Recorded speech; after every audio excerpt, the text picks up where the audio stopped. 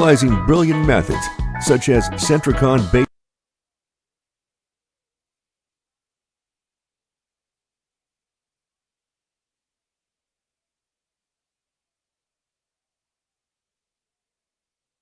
Welcome back to the Meyer Ag Press Box. Explore the 2023 Lincoln Navigator at Capital City Ford in Lincoln. Every time you approach your Lincoln, you'll receive a re-carpet welcome. Twin turbocharged 3.5 V6 engine with auto start-stop technology. You'll travel confidently with technology that meets all your needs. Now you can get the 2023 Navigator for 5.9% at 72 months. Stop in to see the full vehicle lineup at Capital City Ford in Lincoln. Capital City Ford in Pierce, South Dakota. The right nutrition, animal health, and record management is key to having a profitable cattle program. That's why you want to work with the people at Farmco, who will take the time to learn your operation and help you grow your business. We are your full-service agriculture provider of feed, seed, animal health, farm, and ranching equipment built on terrific service. Get to know Farmco locally owned and serving you in Chamberlain, Platte, Winter, and east of Kimball at the Paragon. Visit us online at farmcosd.com. Farmco, feeding your future. Eklund Tax Service, located at 323 Main Street in Gregory, South Dakota, is available for all your tax preparations. Mark Eklund has been a staple in the Gregory community for many years and wants to help you and your business have success by specializing in all types of bookkeeping. Eklund Tax can take care of any agricultural, retail, or personal bookkeeping or tax preparation. Call Mark at Eklund Tax today at 605-835-9665.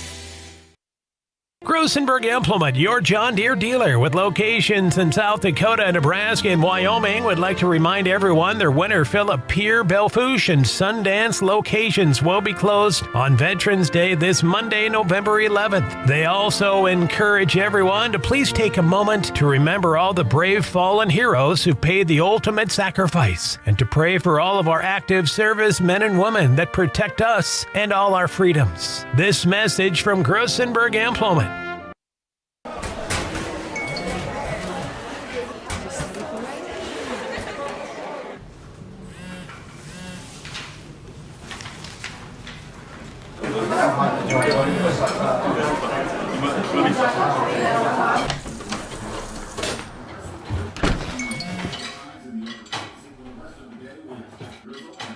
When the world feels big, a small note can mean everything.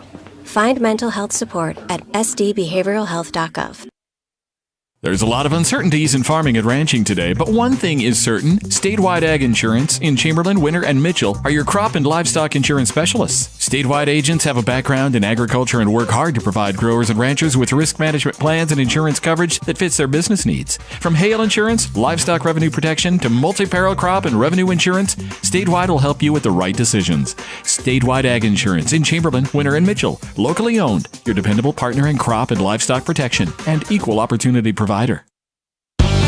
Cenex Zip Trip is your local convenience store with 5 locations throughout South Dakota, offering top-tier gasoline and Cenex premium diesel fuels. Stop in for a great selection of your favorite snacks, beverages, pizza, and other hot foods. Become a Zip Trip Rewards member and save 5 cents per gallon of fuel every day. Plus, earn and redeem points for further discounts. Sign up at CenexZipTrip.com. Cenex Zip Trip is a proud supporter of all local athletics and activities. When it comes to game day, let Zip Trip fill your food and fuel needs. Just like our hometown Winter Warriors strive to win on the field or court, Elevate Agronomics is here to help every acre of your operation reach its full potential. With the full lineup of seed and crop protection products, precision planting equipment, livestock feed, and more, Elevate is your go-to for any of your farming and ranching needs. Elevate is looking forward to watching the Warriors dominate this year and are poised to help you dominate your farming and ranching goals as well. Visit Elevate Agronomics in Winter or elevateagronomics.com to learn more. Elevate Agronomics. Reach new heights. Lucky for us, life is full of choices, big and small. They define us, make us who we are. And when it comes time for you to choose a car, home, your next big adventure, or start a new business, Farmers Union Insurance has the variety of coverage options to protect each perfect moment. Farmers Union Insurance. Contact your local Farmers Union Insurance agent today. Agronomic and West River Ag have been in the winter area for a combined total of 9 years. We offer top-of-the-line services and inputs such as chemical, seed, fertilizer application, spraying, and agronomy services with a certified crop advisor on staff. We are a full-service business that is locally owned and operated. We look forward to continuing service to the ag community and cannot wait to help you with all your agricultural needs. Agronomic, shaping the future of ag. This is what matters. This is beyond X's and O's. This is the difference mutual respect makes. This is what character looks like. This is what defines us in South Dakota. This is sportsmanship. School sports. It's not the outcome that matters most, but the way the games are played. This message presented by the South Dakota High School Activities Association and the South Dakota Interscholastic Athletic Administrators Association. The Winter Advocate is the exclusive newspaper of Tripp County serving Winter, Colome, and surrounding communities. Each Wednesday you will find the latest in state and local news, sports, job openings, classifieds, and all legal public notices. Call 605-842-1481 or stop down to their new location in the City Building at 325 South Monroe, Suite 119. Deadlines are Friday at 5 p.m. for the Advocate and noon on Fridays for the Rocket. The Winter Advocate is a proud supporter of all winter and Colome school activities on the Live Ticket Network. Being a part of a community means sharing the history and future of the people all around you. For 115 years, First Fidelity Bank has been doing just that, helping you get the most out of life by providing the services and tools you need, the conveniences and technology you want, and the friendly faces you expect. So you get everything you need right here in the place you call home, now and for many years to come. First Fidelity Bank.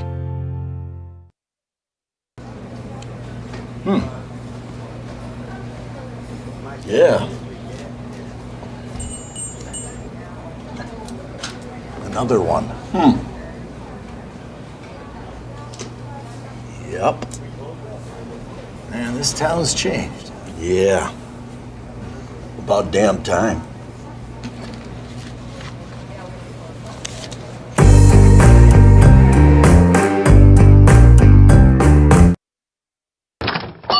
Wow, Bill, you're walking so much better. What did you do? Well, I got so tired of the pain and nearly fell. And one of my friends recommended physical therapy at Winter Physical Therapy. And you know what? My back also stopped hurting. Huh. So how did you get started? My doctor wrote me a referral, but that's not always needed. Turns out you always have a choice where you want to go. So why did you choose Winter Physical Therapy? I love to support our locally owned small businesses, and quite frankly, they give great personalized care. Winter Physical Therapy. Exceptional care. When life gets hard and our thoughts get too much to bear, finding the resiliency within us can help us find healing. The 988 Suicide and Crisis Lifeline provides 24/7 free support for anyone in suicidal distress or emotional crisis. All texts and calls are anonymous and connect you to local resources that uphold cultural values and pave the way to healing. Find the strength within you. Find the strength within our culture. Reach out if you need help today. No job is too big or small for the gang at H&O Electric in winter. Whether it's a simple task around the house, remodel, new addition, or new construction, we provide residential, commercial, and industrial heating, cooling, or electrical work in winter and the surrounding area. We handle it all. Call 605-842-1117 for service or more information on your next project, big or small. H&O Electric is your authorized dealer for Trane heating systems too. Good luck in today's event. H&O Electric is a proud supporter of all area student athletes and activities on Live Ticket TV. We connect people. Have been for 100 years or so. How we get that done? Well, that won't always be the same. But why we connect people? Not in a million years is that ever going to change. We didn't build the communities that made South Dakota. No. We just brought them together.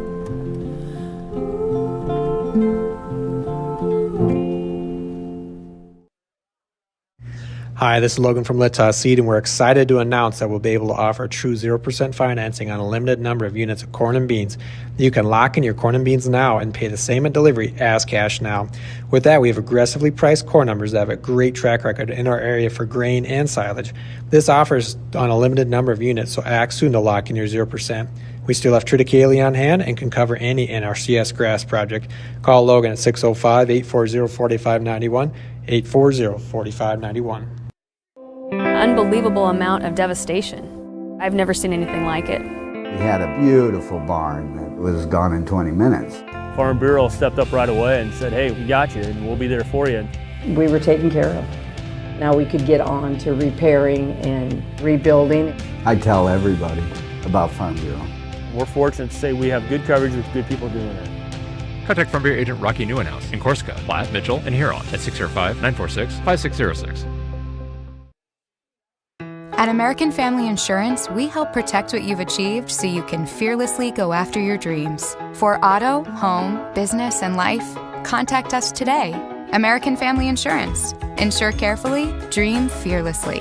American Family Insurance, Life Mutual, Standard of Ohio and Wisconsin Company, 6000 American Parkway, Madison, Wisconsin, 53783.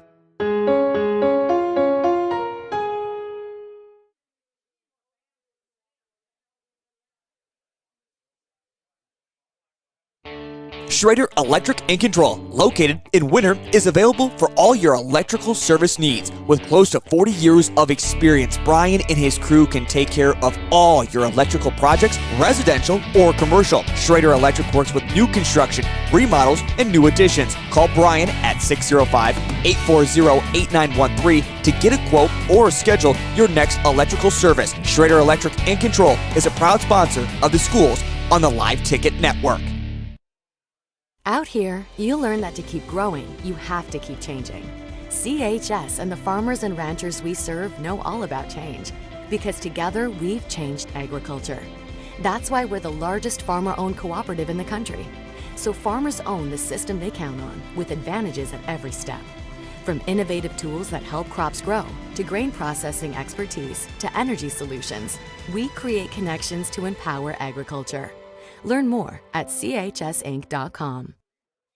When it comes to vehicle maintenance, we know you have a lot of options, but it can be hard to find an honest, reliable auto repair shop. That's where we come in, Hometown Automotive, committed to providing our customers with honest, quality service at a reasonable price. We use years of training and experience to provide you with the best car care possible. Hometown does oil changes, tune-ups, and computer diagnostics. We sell tires, batteries, and Schaefer products. We install engines, trannies, starters, water pumps, brakes, and much more. Call us at 842-1722 and let our experience be your advantage. Computers and More, located at 27786 311th Avenue, is obviously your computer sales and repair in Winter. The More is so much other than you can imagine. We are your local outlet for Winter Warriors sports apparel. We do screen printing and embroidery for your purple and gold attire. Stop in and check out all our gear on hand for you to wear at the next game. Call us at 842-9057 and see how we can design your company logo on all types of clothing. And remember, thanks for keeping it local. The innocence of youth. Is there anything any better? But soon they'll be in high school and facing all the same challenges you faced. How to make friends, how to fit in, how to be cool. We want our children to have everything they'll need to live fulfilling and productive lives. Make sure the kids in your family are among the more than 57,000 participants here in South Dakota who take part in high school sports or activities. Welcome back to the Meyer Ag Press Box. Contact Trace Meyer, your Beck's hybrid seed dealer, and see how Meyer Ag can make every acre count for you. Good evening, everybody. Welcome to Winter Warriors Live, coverage of the semifinal action here in Winter, South Dakota in 11B football. Gerald Tibrick and Jody Brozick on the call tonight, bringing you this game here from Harvey Naas Field. We're up in the Bob Conant press box, bringing you the Agronomic production. Or Meyer Ag. I'm getting so damn excited. I mean, you were close. I really am excited. Agronomic, yep. Meyer Ag. It is exciting, though. Boy, you're in the semifinals. I'm telling you, we are used to the semifinals. but it still feels as good every year. It doesn't matter how many times in a row, how many times in the history. You get the jitters, you get the butterflies, you Today, get pumped. Yeah. I've been on cloud 9 today, getting ready for this game. And it's a real exciting game. I'm going to give you the privilege of starting this one off. Let's talk 11B semifinal football. St. Thomas More Cavaliers versus the Winter Warriors. All right, well, the visiting team tonight, of course, is the number 11 seeded St. Thomas More Cavaliers. So certainly they got to be happy just to be in this position, especially considering a year ago they went 4-5, losing that first round of the playoffs to Tri-Valley 24-7. This year, again, they got to be happy that they're here, not just based on what happened last year, but also they're a young team, Jody. They only have 3 seniors, and they started a freshman at quarterback.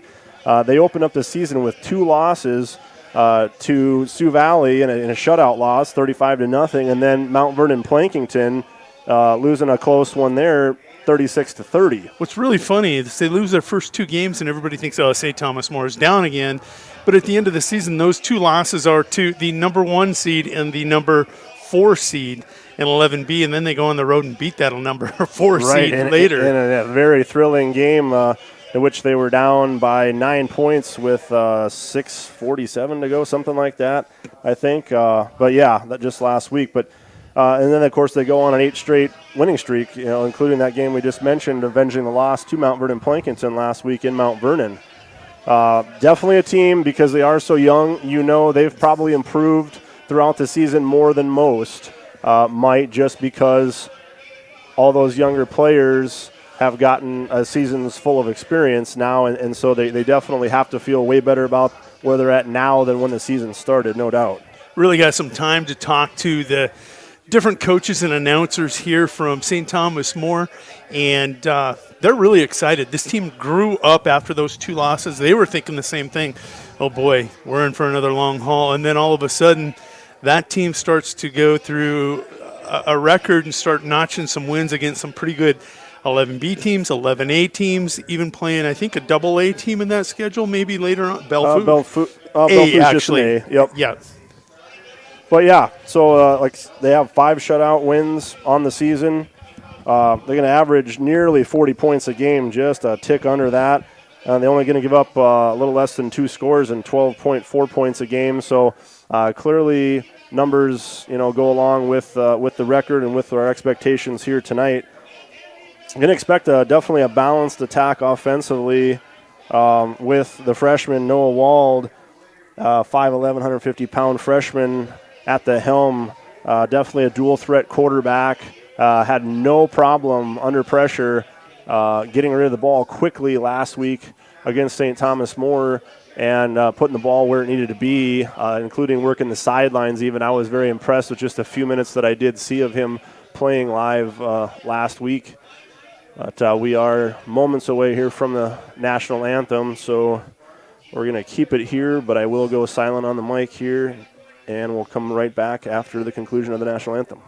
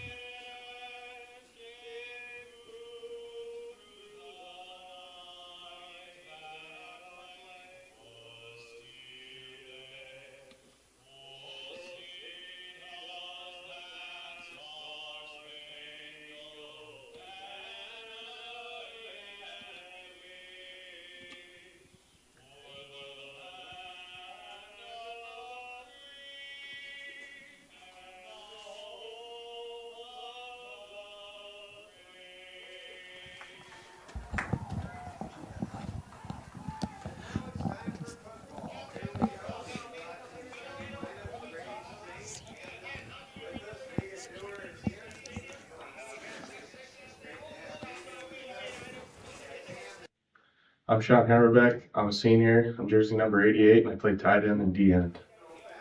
I'm Sean Hammerbeck. I'm a senior. I'm Sean Hammerbeck. I'm a senior. I'm jersey number 88, and I play tight end and D end.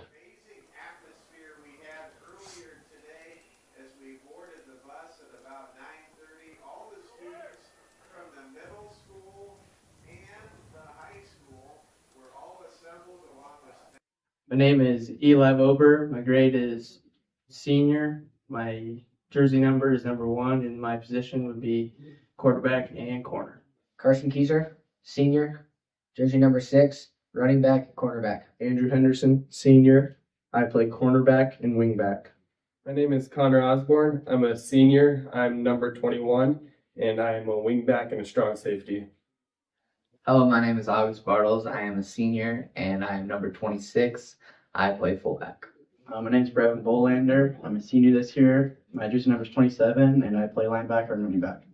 Broden Duffy, senior, number 56, center and linebacker. Hunter Shippey. I'm a senior, number 67. I play O-line, D-line. My name is Evan Bartles. I'm a senior. My jersey number is 69. I play offensive line, defensive line, and scout team long snapper. Hi, my name is Logan Radin. I'm in 12th grade. My jersey number is 71. I play guard and middle linebacker. My name is Robert Cook. I'm a senior. I'm number 74, and I play O-line and D-line. My name is Adam. I'm a senior. I play number 77, and my position is a defensive end and offensive tackle. My name is Joey Anderson. I am a junior. I am number 79, and I play defensive end and tackle. Matt Brozick, senior, 85, tight end, D end. My name is Kellen Brozick. I'm a senior, number 86, scout team punt returner. I'm Sean Hammerbeck. I'm a senior. I'm jersey number 88, and I play tight end and D end.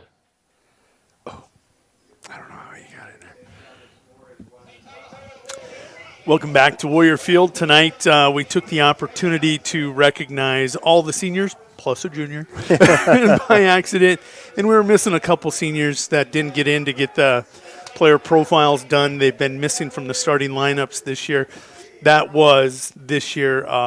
It was definitely Austin Blair, one of the seniors here for the Warriors, along with Schroeder.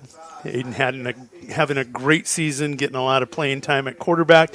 But I thought it was really appropriate tonight to recognize the kids that have put in so much work in this program, been a part of one championship, one runner-up, and they want to get back to bookend this baby on in their senior year with hopefully another championship. Coach Hagan, this is his first year coaching against Winter, not his first year coaching. My name is Eli Ober. My grade is... Before the season started, he predicted that Sioux Valley, Winter, Oak Point, Jefferson would all be top of the class. Well, he certainly knew what he was talking about. And he maybe didn't think that he would be facing Winter in the semifinals, though. But this is his Coach Hagan's first time facing the Winter Warriors here as a head coach. We're moments away from kickoff here as the Warriors will kick to the Cavaliers. They'll be defending the west end zone. It will be the Cavaliers. I didn't see how the coin toss went. Tell me, bud. I did not either. I'm guessing Winter won it, and they deferred. I would logically think so. Kieser with the kickoff. It'll be a deep one, fielded at the 11-yard line. And with a full head of speed, he's going to get tackled out near the 30. Which a number in just a second here. That was number 8. That's going to be Graydon Juvie, the junior, 5'8", 164-pounder for the Cavaliers. A lot of speed here on the St. Thomas More team that you're going to have to wrap up and tackle hard. Now, Jody, this is the third straight road playoff game here for the Cavaliers, of course, being the 11th seed. They've had to earn it on the road, and so that in itself proves that they're battle-tested and ready for good competition here tonight against the Warriors as they line up 1st and 10 from their own 30-yard line. The freshman, Wald, going to work out of the gun. They'll send a man in motion. That's McLeod. Now Wald's going to take off and run to the right, and he'll have 5, maybe 6 yards, but a penalty flag now make it 2 come out here on the first play from scrimmage for the Cavaliers. Yeah, it's been, I think, 3 years since these two teams have met, back to 2021. The Cavaliers last made it to the state championship back in 2014, where they lost in a 3-point game against Parkston in that 11B championship. Winner kind of has owned this thing for quite a while. Again, last playing in 2021 with a 54-7 win back then. Winners won 12 straight. Last win for St. Thomas More dates back to 2007. They're 13-2 are the Warriors against the Cavaliers since 2004. So this is definitely a winner's series. The Cavaliers looking to come and dethrone the Warriors here tonight. Pass complete and tackle made eventually, but I was going to say immediately, but Keyser does a nice job of wrapping up and just hanging on. That pass going to be complete to Braden Sales, the junior, 175-6'4". So, Jody, these Cavaliers definitely have speed and a considerable amount of height as you look up and down their 32-man roster. They do have a ton of speed, and they have a ton of youth on this team, as we've talked about. Real quick, want to throw a quick thank you to a great state champion coach, wishing the Warriors luck tonight. Throwing the text out there, thank you, Coach. Really appreciate that. And this is a very, very fast team, and let's see where they go. Are they going to go out? They're going to throw a flag as Wald takes a shot from Hammerbeck. That was pretty much a one-step thing. Oh, and it's going to go, yeah. I'm not sure. No, I watched the replay. That was an absolute clean hit. Yeah. It wasn't a hit on the head. The ball was just released. He punched him right in the The referee was chest right plate. there, and I he totally was disagree with that call. The flag came out. I was a little worried that was going to be the call. So it was an incomplete pass. Coach Olson has his arms up looking for an explanation. I think we would like one too, but obviously from up here we're not going to get the benefit of talking to the official. Well, the only thing beneficial about that 15-yard penalty is I'm guessing the freshman's going to remember there's a Division I athlete coming at him from that side. Exactly, and we hope that at least gives him happy feet. 1st and 10 after the penalty, ball out to the 40-yard line. Terrible penalty. They were looking at needing about 15 yards for that first down, and they got it. So the ball spotted on the 40-yard line of the Cavaliers, 1st and 10 after the penalty. And I'm not sure, and one thing that does is get in the mind of those defensive ends or anybody that's going to be able to get to that quarterback. If you're not going to be able to hit him in time, you're going to have to either think about letting up or... Where's the holding penalty on the left tackle? That one complete to Max Speed, probably the guy with the coolest name out on the field tonight. All right, I'm going to take a look at this replay. The left tackle, the very next play, grabs Sean and drags him down. You can see him tip, and right there's the pull on the jersey. So a gain of 8 on 1st down to the 48 of the Cavaliers, 2nd and 2 now.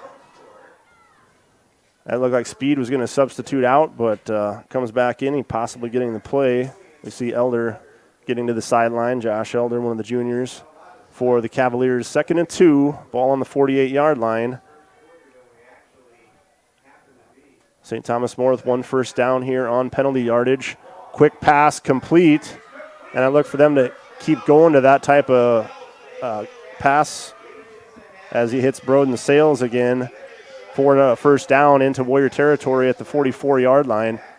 That's kind of the same type of thing I seen in those last 9 minutes or so against Mount Vernon Plankinton. Just going to get the ball out quickly in time, not going to get too greedy, just going to take what's there, 5 to 10 yards, and he's going to be satisfied with that. Winner's going to have to figure out a way to play a little tighter or, again, get that pressure back on the freshman Wald. Actually, you're probably not going to get pressure on him with these 3-step drops and the passes. Right. You're going to have to get upfield, find the ball, and get up in the air. And that's Kane McLeod on the sweep, trying to extend things out. He's going to get a couple on that run. It's going to bring up 2nd and 8. Ball to the 41-yard line, it looks like. That's Gus Bartles on the tackle from that middle linebacker position, pursuing hard, getting down the line. Actually, he was in coverage and came up to make that hit. But going back to your point, it's going to have to be the defensive ends. If you're not going to get there to get pressure, you got to stop, get your hands up in the air. Yep, you can't get there, at least, like you said, get the arms up, the hands up, get in the line of vision, maybe get a deflection or even an interception. Here's Wald having to scramble. He's rolling to his right, going to throw on the run. Pass caught And it's going to be first down and more to the 25-yard line as he gets it complete to Reeve Ross, I believe, and the Cavaliers working the ball down the field through the air. Ball on the 25-yard line, 1st and 10. Now, Keyser had an amazing game defensively as well as offensively last week with 3 interceptions, a school-tying record, 3 interceptions.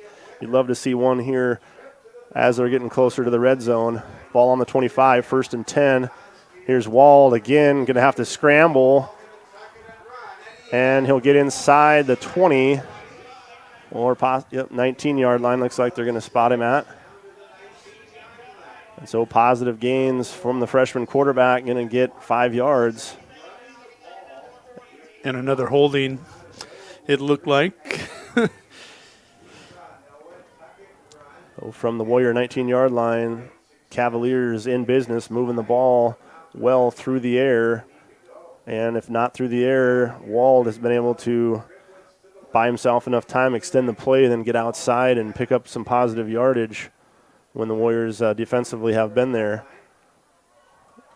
You can see 3 receivers to the left, again, working out of the gun, empty backfield. Here's Wald, pass. Going to try to get him, and he overthrows him by a few yards, trying to get it to Kane McLeod, the junior, for the Cavaliers, but it falls into the end zone.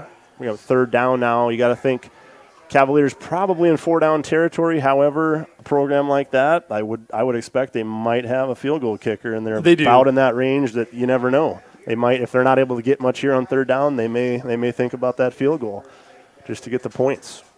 It's a big 3rd down for the Warriors. They want to get the out and get off the field here. Tackle for a loss, a sack, an interception, anything would be great here to hurt the chances here for the Cavaliers. Facing a 3rd and short 5. That one complete. He reaches out.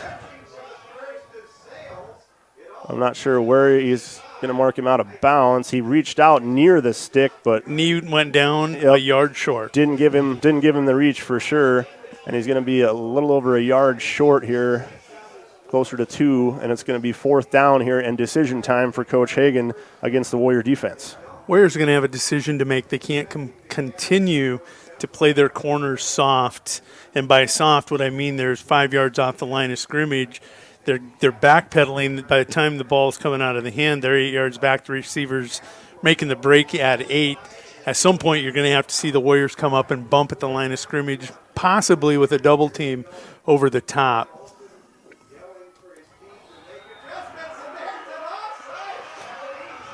And penalty flags fly. Warriors moved, and then they're going to point at the Warriors. So Warriors, the guilty party, coming across. They're going to give them the 1st down. And of all the things, that is not what we want to see here. As the Warriors trying to bend and not break on the 4th and the long 1.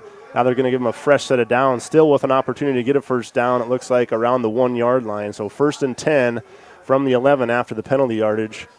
And they'll keep the same formation here. 5 wide receivers. Wald pump fakes. Now he's got to get down. He's got pressure. Fumble! Fumble! The Warriors are going to scoop it. Oh, too bad he couldn't scoop it and take off, but we'll take that. There's the big turnover. The Warriors live on them some games.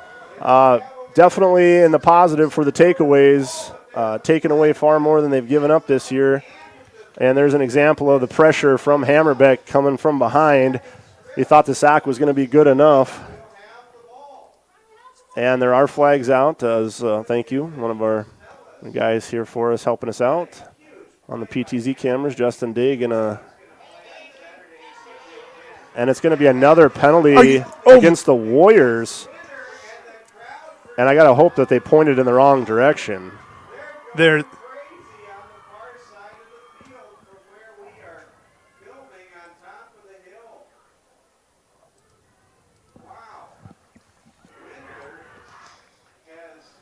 And so with penalties, that's going to negate the turnover, and it's going to give the Cavaliers the ball in better position than they were at 1st and 10 from the 11. So the penalty flag's flying early and often here against the Warriors. Nothing called yet for the Cavaliers. And the third penalty, I believe, on this drive against the Warriors defense. Not something we're accustomed to seeing here on a well-disciplined Warrior defense. 5 receivers again, empty backfield. Walled, steps, throws. Defender in end zone, fell down. And that is a touchdown.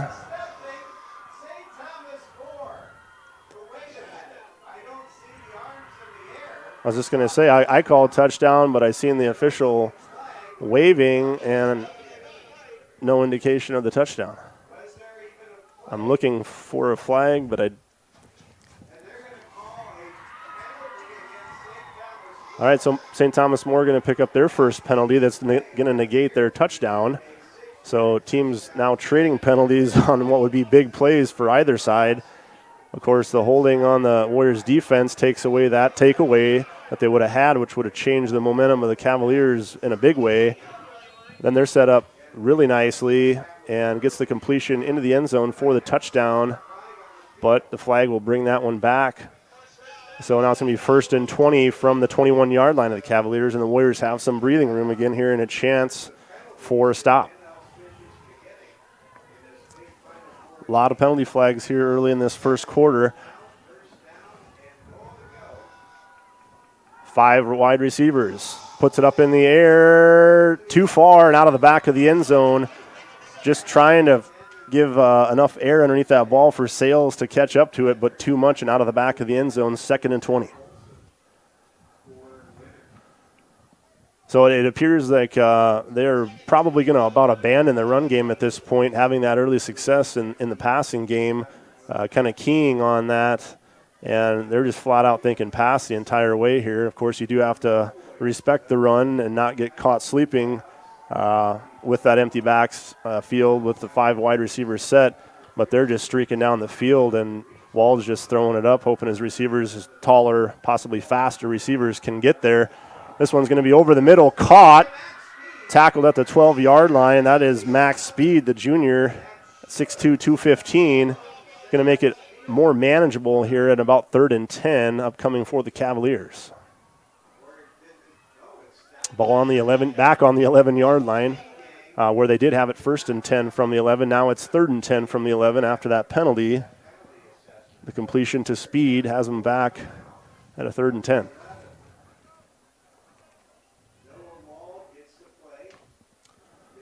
Cavaliers huddled up, a little bit slower coming out of this one here. Just going to see that same formation time and time again here. 3 to the left, 2 to the right. And timeout called by the Cavaliers. Coach Hagan needed a timeout there. We're going to take our first timeout. We'll give our chance of our sponsors to be recognized. We'll be back after this.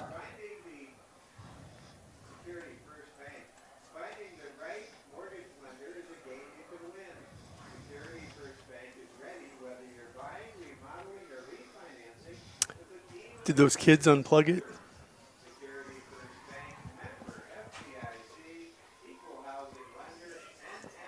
Welcome back to the Meyer Ag Press Box. Contact Trace Meyer, Agriculture your is hybrid like seed no other dealer, business, and see how Meyer Ag can make which every makes acre Farm Credit count for Services you. of America like no other lender. Owned by the farmers and ranchers we serve, our customers have a voice in how we work, a stake Welcome back in what to we the do, Meyer Ag Press Box. and Contact share Trace in our Meyer, success. your Beck's hybrid seed dealer, Discover a and see how lender Meyer that Ag works can for make you every acre at count Farm for Credit you. Services of America.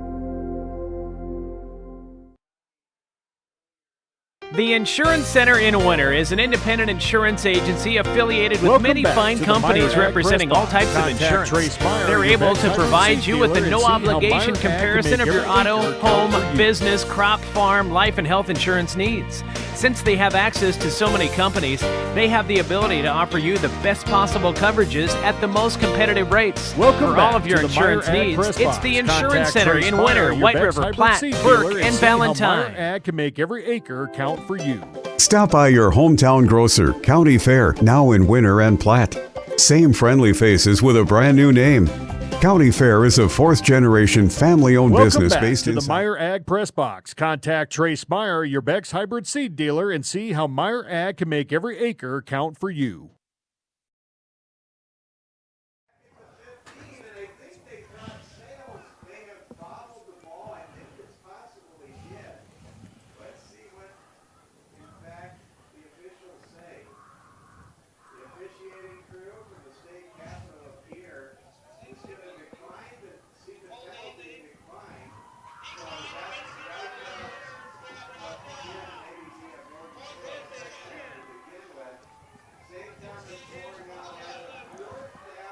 So a holding penalty on the Cavaliers is going to be declined by Coach Olson after the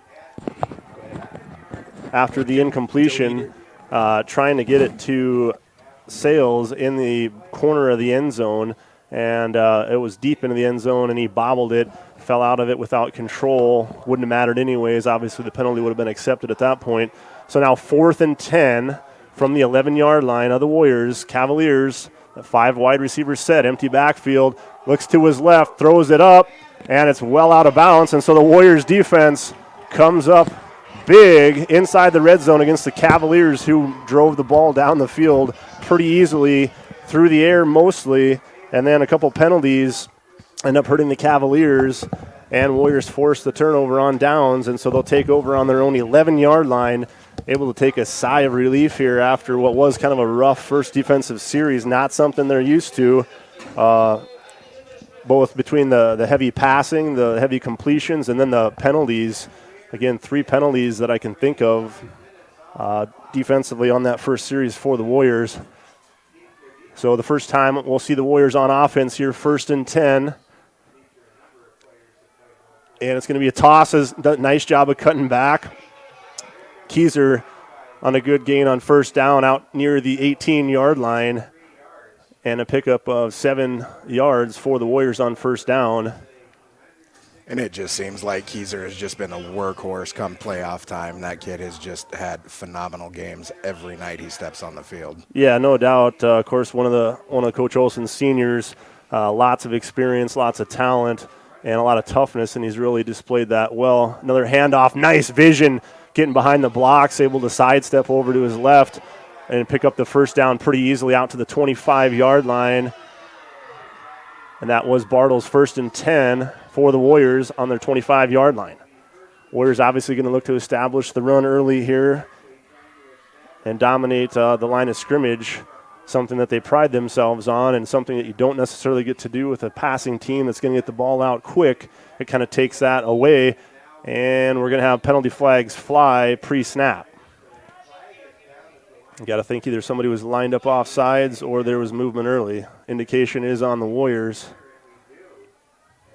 And so another penalty going to come out on the Warriors. So after picking up the first down on 2 nice runs, they will get the penalty flag, and they'll put themselves back to a 1st and 15 on their own 20-yard line.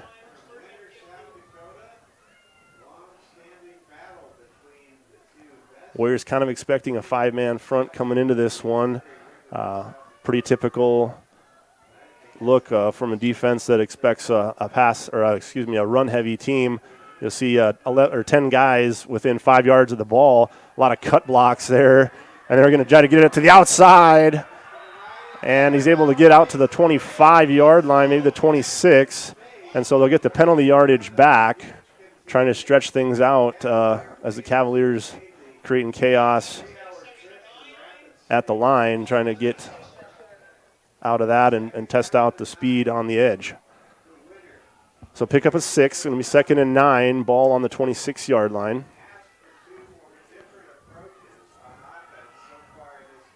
Senior quarterback Eli Ober under center.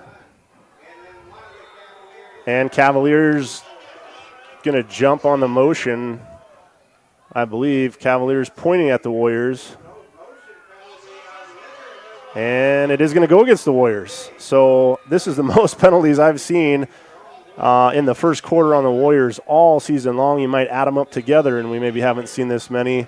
I'm not about to speculate anything on the officiating crew at all, but clearly they are watching things closely, and the Warriors have not gotten away with much here in this semifinal playoff game, as this is their second offensive penalty on their first series after having 3 defensively on their first series. So 2nd and 14. Handoff goes to the 24-yard line, gain of a couple. As keys are on the carry for the Warriors. And now it's going to be 3rd and long, not something that's built well for this Warriors system. Clearly, at any given time, they can definitely pick up that kind of yardage on 3rd down, but probably not as high percentage, clearly, as a more manageable down and distance.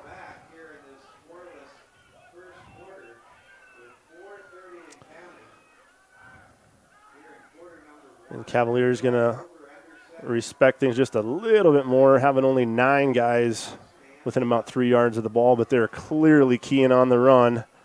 Warriors need to catch him with something here.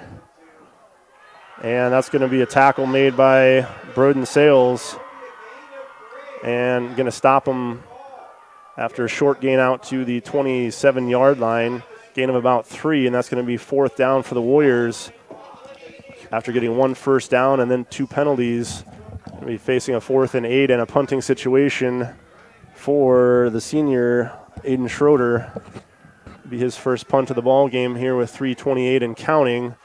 Let's hope he gets off a good one. 2 men back to receive for the Cavaliers, standing at about their own 36-yard line. High snap, no pressure though. A short punt, and it's a kind of a fire drill. Fortunately takes a good Warrior bounce. Still going to have good field position to start with here for their second time with the ball. The Cavaliers, as it's downed on the 43-yard line. And the Warriors right now just need to do something to take the steam away from the Cavaliers and also take the fans out of a bit, as, of course, they've filled the bleachers over there, brought their cheerleaders with them, and we can hear them from across the way. They're pretty loud. Warriors fans been kept fairly quiet here early as we're approaching the 3-minute mark at 3:11 to go here in the first. 1st and 10 for the Cavaliers from their own 43-yard line. Finally, we'll see a little different formation here. They do hand off and breaking a couple tackles across the 45 out to the 47-yard line. That's going to be Josh Elder, I believe, one of the workhorses for the Cavaliers in the run game. So a gain of 4. It's going to be 2nd and 6 for the Cavaliers.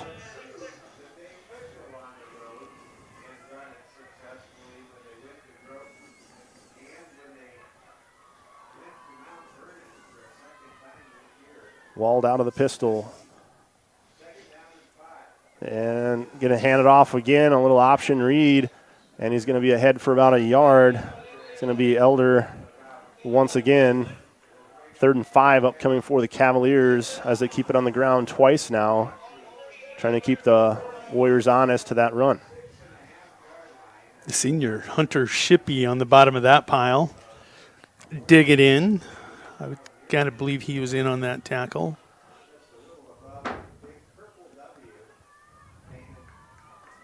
Again, Elder, the man in the backfield behind Wald. Not going to use him this time. Wald pass incomplete to the far sideline.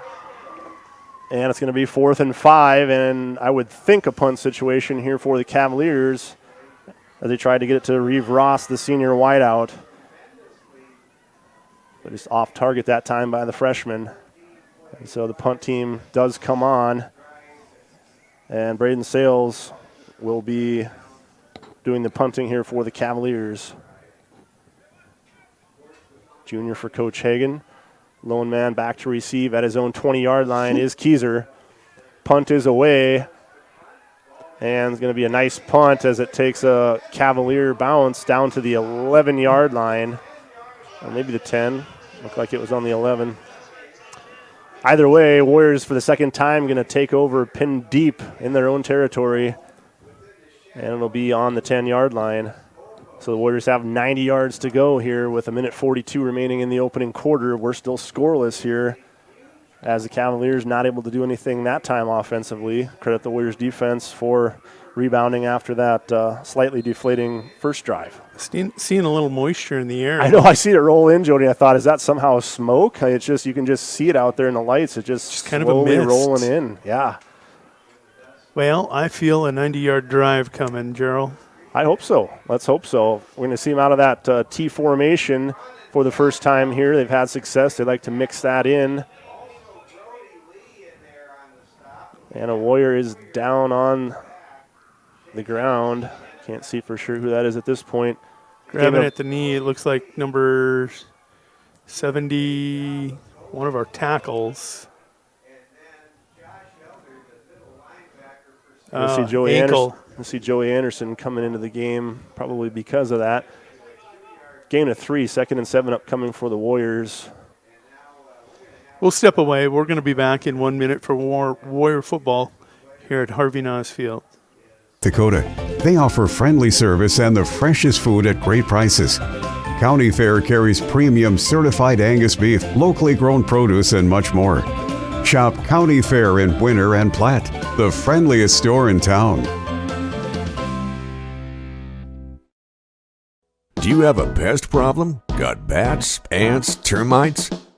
Family owned and operated, Olson's Pest Technicians have had over 50 years experience taking care of pest problems in places across South Dakota, Nebraska, and Iowa.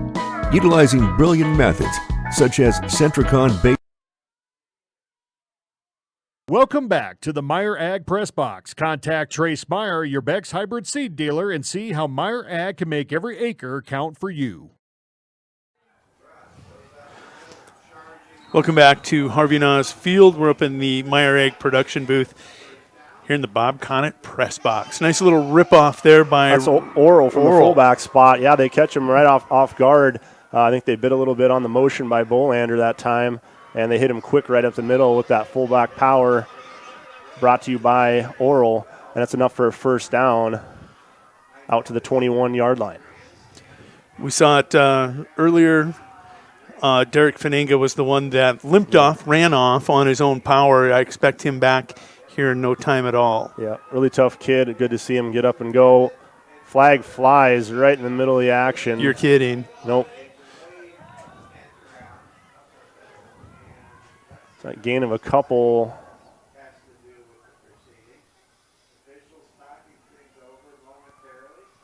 Got to think probably chop block against the Warriors, so they're going to back them right back up where they came from. And the Warriors with an uncharacteristic amount of penalties here again in this first quarter, just absolutely killing them on both sides of the ball. Fortunately, still in a 0-0 dogfight, but it's tough to overcome that many mistakes here against a quality team like the Cavaliers. They're all the way back to their 10-yard line again, facing a 1st and 21. Well, I said a 90-yard drive. I just guess we're going to do it twice. Yeah, it's just got to happen again. It's going to start 90 yards out twice. The good news is on first down, so you still have downs to work with here, way better than a third down situation. Keyser taken down for a minimal gain.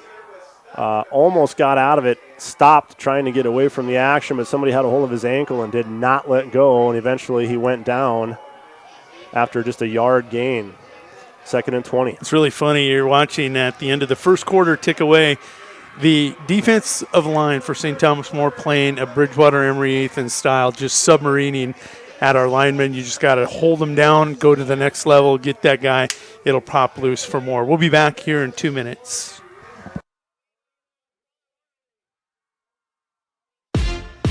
Explore the 2023 Lincoln Navigator at Capital City Ford in Lincoln. Every time you approach your Lincoln, you'll receive a recarpet welcome. Twin turbocharged 3.5 V6 engine with auto start stop technology. You'll travel confidently with technology that meets all your needs. Now you can get the 2023 Navigator for 5.9% at 72 months. Stop in to see the full vehicle lineup at Capital City Ford in Lincoln. Capital City Ford in Pierce, South Dakota. The right nutrition, animal health, and record management is key to having a profitable cattle program. That's why you want to work with the people at Farmco, who will take the time to learn your operation and help you grow your business. We are your full-service agriculture provider of feed, seed, animal health, farm, and ranching equipment built on terrific service. Get to know Farmco locally owned and serving you in Chamberlain, Platte, Winter, and east of Kimball at the Paragon. Visit us online at farmcosd.com. Farmco, feeding your future. Welcome back to the Meyer Ag Press Box. Contact Trace Meyer, your Beck's hybrid seed dealer, and see how Meyer Ag can make every acre count for you. And we're back after that minimal gain on first down. It's still 2nd and 20 here for the Warriors, pinned deep on their own side of the field now on the west side of the field, headed east. They need a big chunk play here. And Bolander fighting for extra yards into the pile, lunges forward, and going to get all the way out to the 20-yard line. So a nice run that time by Bolander, I think, as I see.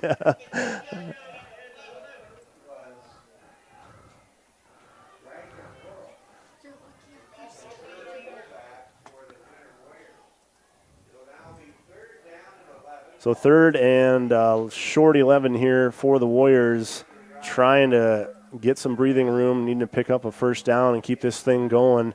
It's going to come in a hard way, though, again, against that down and distance. Bober under center.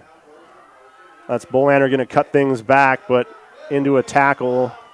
He'll get about 3 on that one to the 23-yard line, and it's going to be another 4th and punt situation as the Cavaliers defense holding tough against this offense of the Warriors, not used to being controlled at the line of scrimmage the way they have been. But again, observations are they're really wanting to cut us right away at that line and just take out our linemen the opportunity to get to that next level of blocking for our backs. So not giving up much space inside for sure.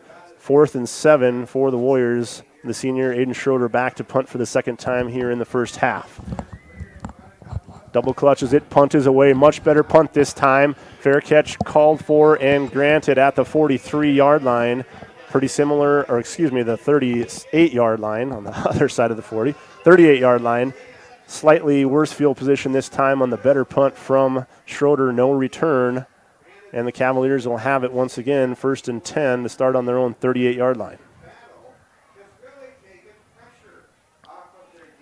So interesting, on the second time we saw 2 consecutive runs by the Cavaliers and then an incomplete pass. After all that success of those quick hits on that first drive, kind of going to keep the Warriors guessing where they can't really make those, slightly more permanent adjustments because they're going to come out and keep showing them some different things.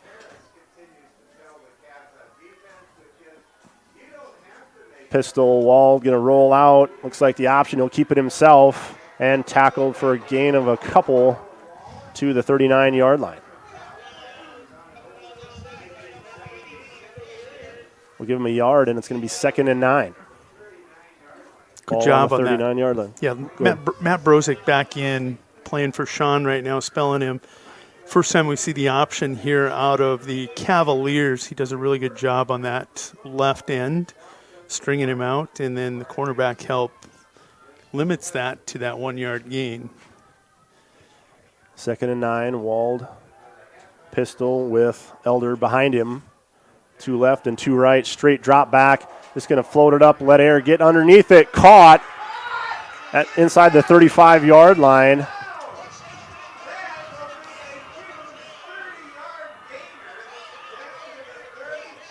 I think that was Kane McLeod.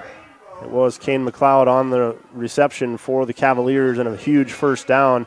All you're seeing is Wall just put a lot of air underneath that ball and let his receivers run underneath it, streaking down the sideline.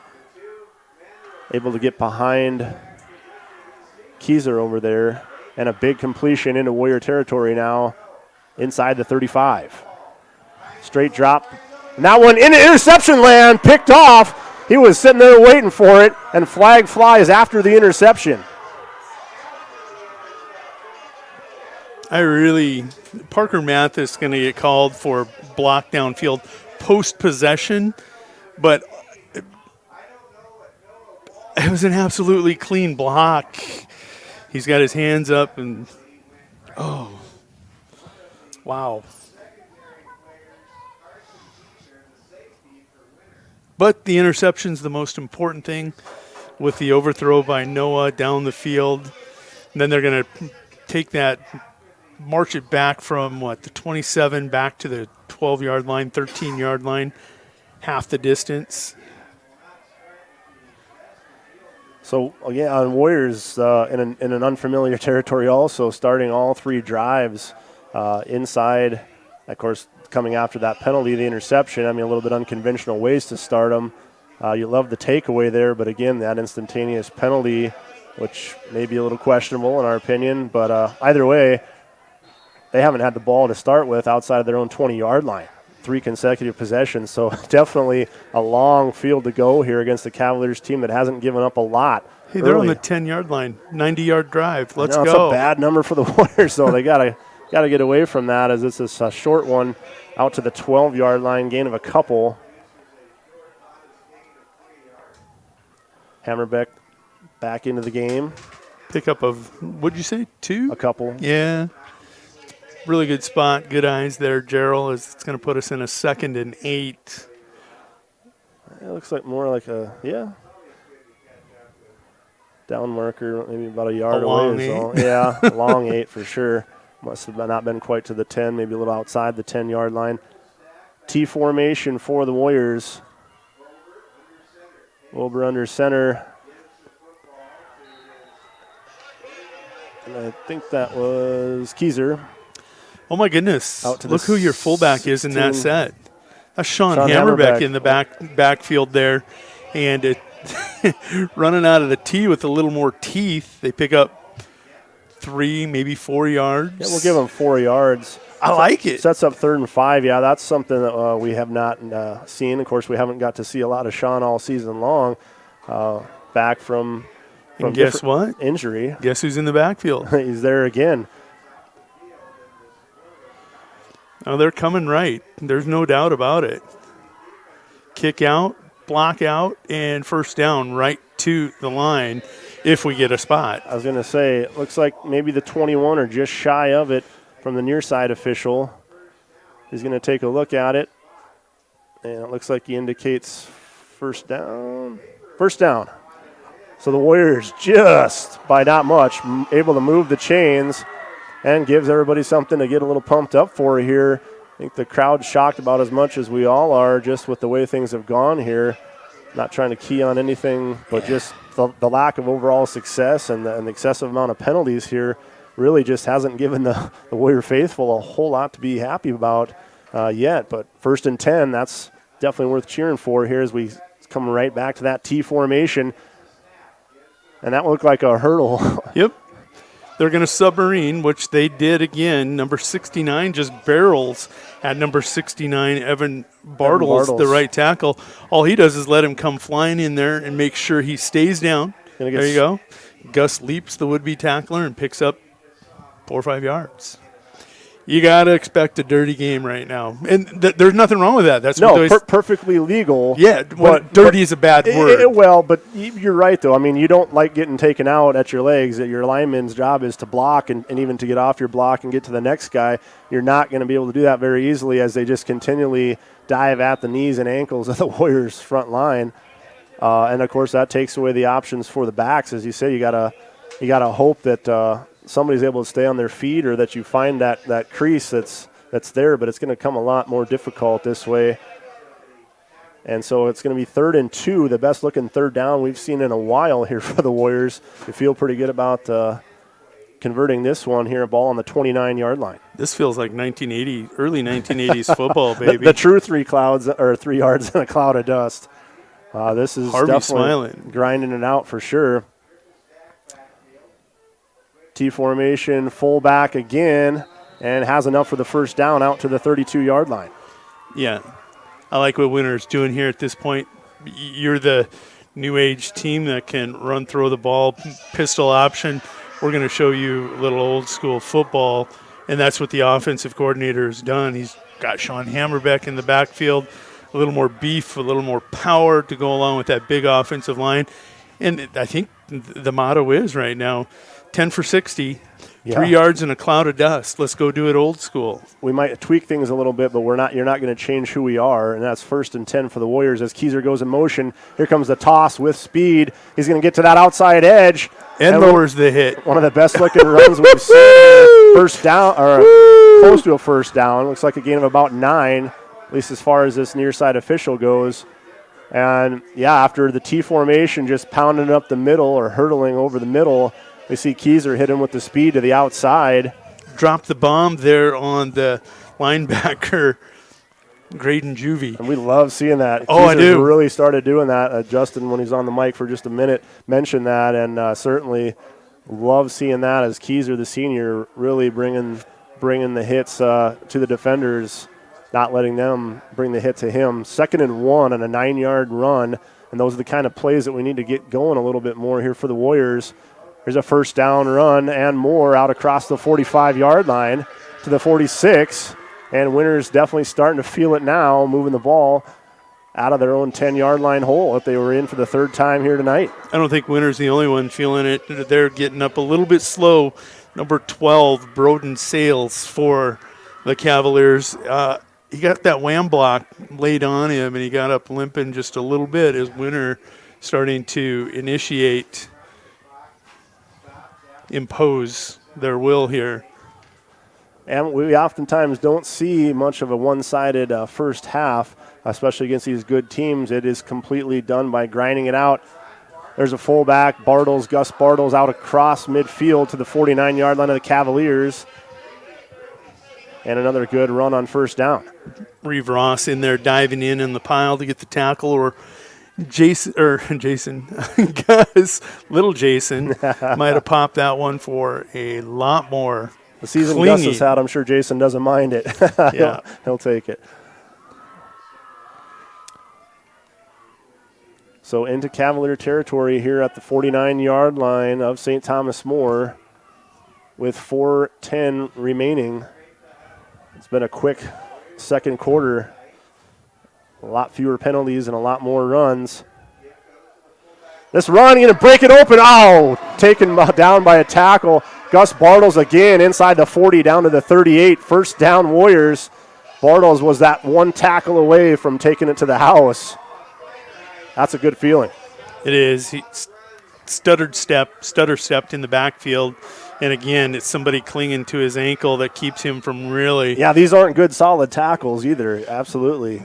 They're not solid, but they are tackles. Exactly. They're clinging. They're doing the things they need to do. I mean, effectively making the stops. But, that time Bartles just, again, lowering his head and trying to go get that 6 for the Warriors. First down and 10 from the 38 of the Cavs. Olsen goes in motion. We're going to see a pass. Vober with time. Downfield, caught by Keyser. Keyser going to take it at the 8-yard line. First and 10, and a huge pass completion from Vober to Keyser. First and goal from the 8-yard line. Warriors in business as time ticking down here in this first half. Boy, and it was good coverage. In coverage out there was number 1 cornerback. I think it was a cornerback. Yeah, it was Ryan Nagebauer. He's a returning starter from last year. Good coverage. Keyser just with an incredible catch. Okay, I think there was a flag here that, again, we missed. I missed so many flags, I have no idea why. But, yeah, back at the 48-yard line, I think it's roughing the passer. Clearly the Warriors are going to decline this one, and it was roughing the passer. Go ahead and add it on to the end of the play. So first and goal from the 8-yard line, Warriors.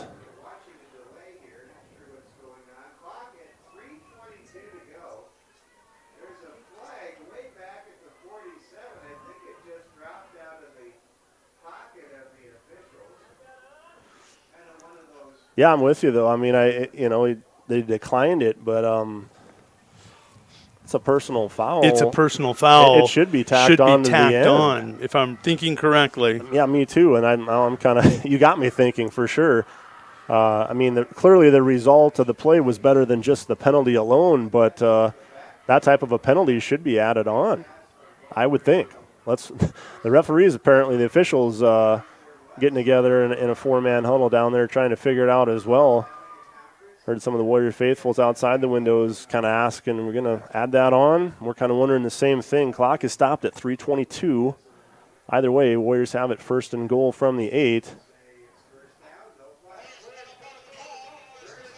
And that is the way it'll stay, so no penalty yardage tacked on at the end. Coach Olsen, again, we've seen that look a few times here in the first half. He's got his arms out, just still wondering exactly why he can't get some of his questions answered. First and goal from the 8. Keyser goes in motion. Vober going to keep it himself, and he's got a clear pass to the end zone. Touchdown, Vober! Don't need to jump on your party. No, that's fine. We'll take it. I'll take that. I do that enough to you. I can take one back once in a while. So touchdown Warriors under the legs of Vober, keeping it himself. The first time we've seen Vober carry it tonight, I believe. And he's going to get in for 6 with 3 minutes exactly remaining on that Warrior scoreboard. St. Thomas More with 2 timeouts remaining and 3 minutes here to see if they can answer against the Warriors definitely a system built for that, as was on display in that first drive by the Cavaliers. So Warriors are going to have to buckle up and play some defense here. And Vober jump pass caught in the end zone. 2-point conversion, good. Sean Hammerbeck. Sean Hammerbeck. One-hander. Call him Hook. And he does have some kind of protection back on that cast. hand. It's a cast. Soft cast. I was going to say it's soft because last night I seen him at the game. He didn't have anything on. It kind of got me a little more excited because I thought, all right, he's completely done with that. Still does have a soft cast on that right arm or lower arm. But the Warriors up 8-0 here. We talk about it all the time. 2-point conversion is so important. We'll be back in 1 minute.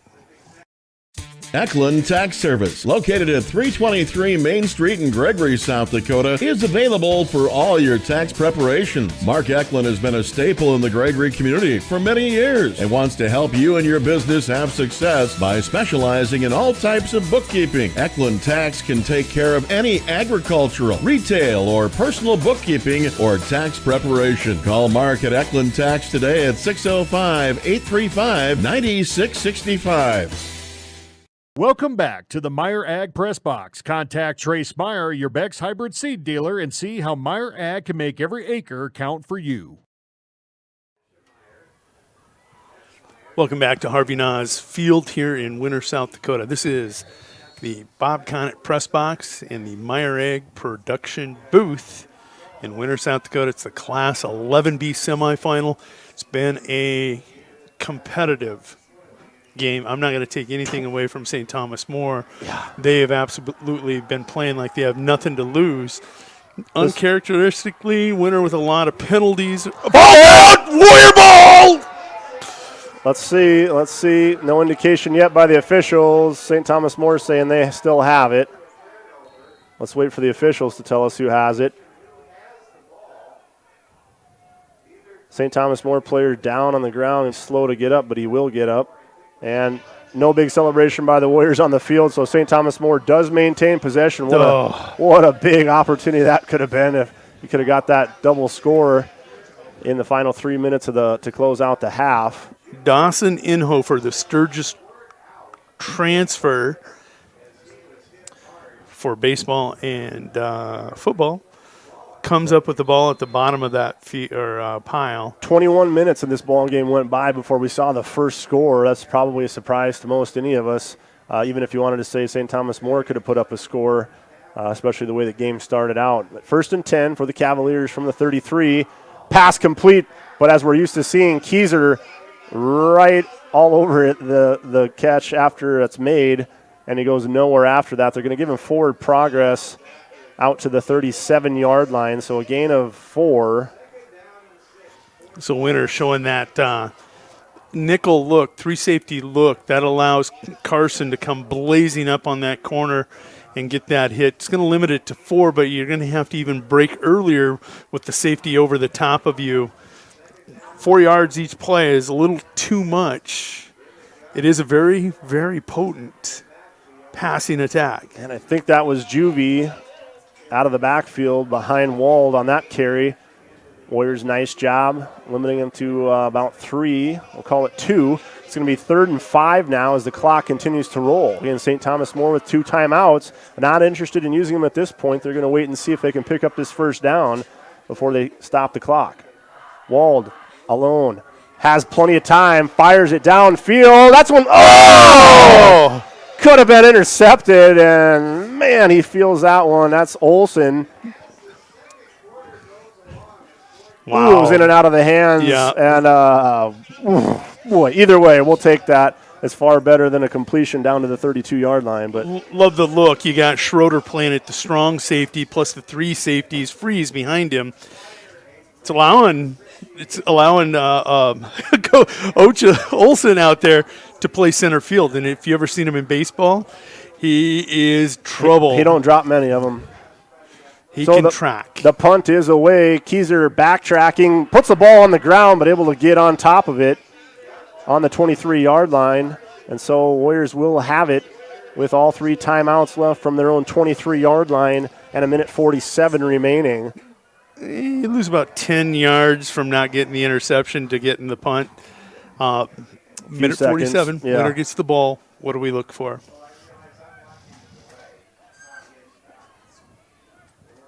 So remember, Warriors did kick off to start the game, so they will get the ball to start the third quarter. That's huge right now, only leading by 8.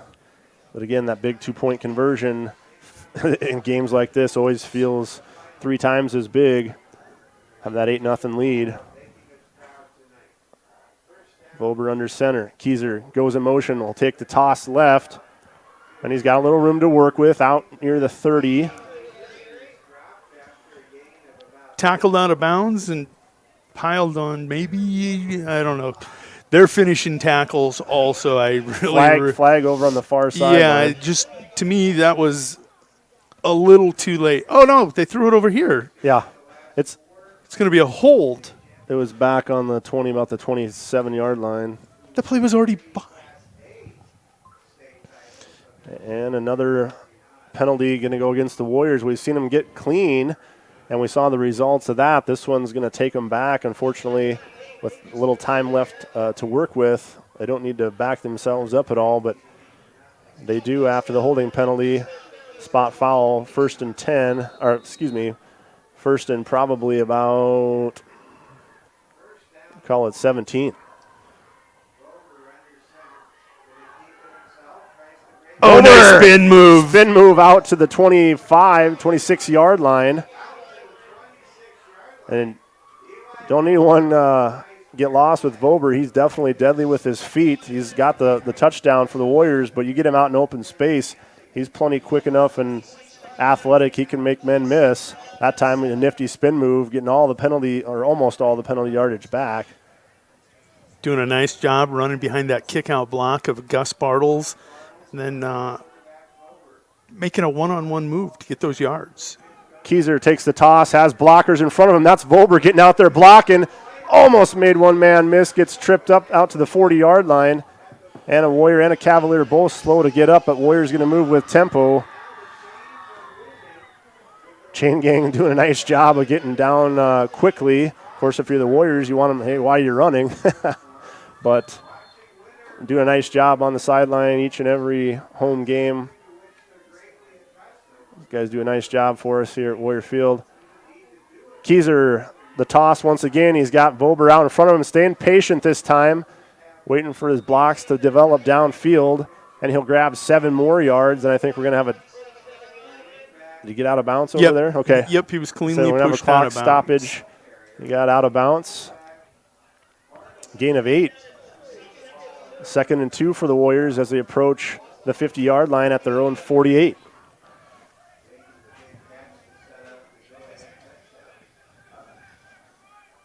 $39 seconds when you're ground and pounding. Guess what happened? Is he putting it in the air at this point on 2nd and 2? No, I don't think so. Okay. I think it's pretty obvious here. I think you try to pick it up, stop the clock with the first down. You do it on 3rd down if you're going to do it, if you're 3rd and short, because then you can go for it on 4th down. Makeable. Vober keeps it himself, and he gets taken out. Oh, he got hit out of bounds! He was about by a player on the sideline. That's got to be a flag. Our sideline definitely seen it. He got through the players and all the way to the bench before he got tackled over there. Number 72 You have leveled to be kidding him. me. Vober clearly out of bounds. Awful. Oh, my God. 1st and 10 is good news for the Warriors as Vober able to get the first down on the ground and get out of bounds into Cavalier territory at their 49-yard line, but that should have definitely drew the yellow flag in a game like tonight. That flag has come out a lot. I can't believe that one seemed really obvious from 100 yards away. Certainly our sideline coaches were calling for it as well. Cavaliers get away with a late hit there. 1st and 10 for the Warriors. Keyser in motion, gets the toss. Left side, now cuts it up. He's got enough for a first down, it looks like. And more piling on. Inside of the 40-yard line, down to the 38, and that's a first down. At the end of this play, Carson does a nice job, first of all, setting up his blocks, gets a great kick out. But then you just see people coming in late. Out of bounds, 3 or 4 on the pile. And I know I sound like a broken record, but Yeah, and we've been watching this football for 10 weeks now, and that's called all the time. So they're actually going to mark him out shy of what it looked like initially was spotted out, at least from the near side official. And they're going to call for a measurement now as the down marker had him about a yard short, what it looked like. I thought he had it by about a yard. That could be Coach Olson asking for the measurement. Gives him time to have his play called, ready to come in. They've got to set the ball, move the chains to the sideline. The offense gets up there. They're ready to roll. 27 seconds to go. And he's short. So second and less than a yard to go. Ball at the 39-yard line.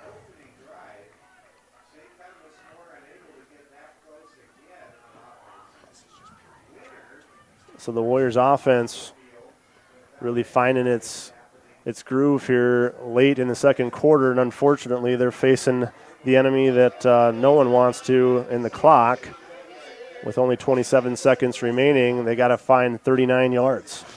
And actually, they don't need to find it. Well, they just want to. Absolutely, yeah. I mean, either way, you're going to take 8-0 in the locker room and feel pretty good about it considering the way things have gone, and just hope for a lot different things here in the second half. But you'd love a score here. As we see the inside counter, that's Olsen. Get to the house. It's a track meet to the end zone. Touchdown! Olsen. Yes! Defender laying on at the pylon. 18 seconds remaining. They hit him with that inside counter, and Olsen takes it to the house. Touchdown Warriors for the second time tonight. Oh, and Gus Bartles, the fullback, deserves a ton of credit for the kick-out block after the handoff. Wow, Gus. Springing him loose. And thank you for picking up on that, Jody. Of course, my eyes are always on exactly what's going on with the ball, and thanks for picking up on that and mentioning that. There's always far more going on than just the ball carrier. We all realize that. We can't always you got to give Zach you have come off that block too. You got to have the back read that block as Gus is kicking him out. Plant what we told him to do all year. Yep. Plant the foot. Get upfield, boy. Get upfield. The 2-point conversion. That one's going to be good. And now we're really imposing. Keep hitting late. Keyser into the end zone for the 2 after the touchdown. 16-0, 18 seconds on the clock. Warriors, Harvey Nas Field. Everybody's feeling it now. We're getting loud. We're going to step away. We'll be back for the kickoff. Way of football here from the Bob Conant press box. Grosenberg Implement, your John Deere dealer with locations in South Dakota, Nebraska, and Wyoming, would like to remind everyone their Winter Phillip, Pierre, Belfouche, and Sundance locations will be closed on Veterans Day this Monday, November 11th. They also encourage everyone to please take a moment to remember all the brave fallen heroes who paid the ultimate sacrifice, and to pray for all of our active service men and women that protect us and all our freedoms. This message from Grosenberg Implement. Welcome back to the Meyer Ag Press Box. Contact Trace Meyer, your Beck's hybrid seed dealer, and see how Meyer Ag can make every acre count for you. And again, we are back in the Meyer Ag production booth, the Bob Conant press box high above Harvey Nas Field. This has been a roller coaster, really a roller coaster here tonight. Always emotional when it comes to the semifinals. And it's fun to see when everything is really slanted against you, to just impose your will and go get 2 touchdowns, especially that one in a minute and a half. Woo! That definitely put them back on their heels. Here's a high end over end, short kick going to be fielded at the 16-yard line by Negebauer, and he'll have a nice return out across the 30 to the 32-yard or 33-yard line. So the Cavaliers with 2 timeouts and 12 seconds remaining. Do they take a knee or do they take a shot down the field? Yeah, I think they're going to take a shot, but maybe not. Warriors, this 3-safety look has really been better since that first quarter. And I don't know that you give up a return trying to take a deep shot because you get linemen running in space. You got too many playmakers back there, and Keyser and Vober and Olsen that in open space are so dangerous. And we see Wald take the knee. They'll take it into the locker room trailing by 16. And what a turnaround here at the last 3 minutes in this first half. The Warriors with a whole different attitude headed into the locker room. They're going to come out with a lot of momentum and the football to start the third quarter. We're going to be back with the Finanga Ranch halftime report with about 3 minutes to go in the half. We'll try to bring you an update on what has transpired here in the first half at that point. You're watching and listening to WinterWarriorsLive.com.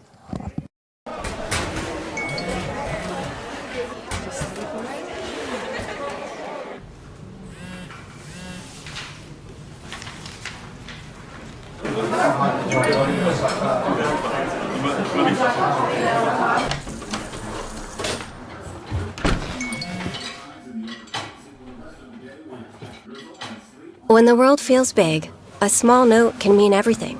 Find mental health support at sdbehavioralhealth.gov. There's a lot of uncertainties in farming and ranching today, but one thing is certain. Statewide Ag Insurance in Chamberlain, Winter, and Mitchell are your crop and livestock insurance specialists. Statewide agents have a background in agriculture and work hard to provide growers and ranchers with risk management plans and insurance coverage that fits their business needs. From hail insurance, livestock revenue protection, to multi-peril crop and revenue insurance, Statewide will help you with the right decisions. Statewide Ag Insurance in Chamberlain, Winter, and Mitchell. Locally owned, your dependable partner in crop and livestock protection and equal opportunity provider.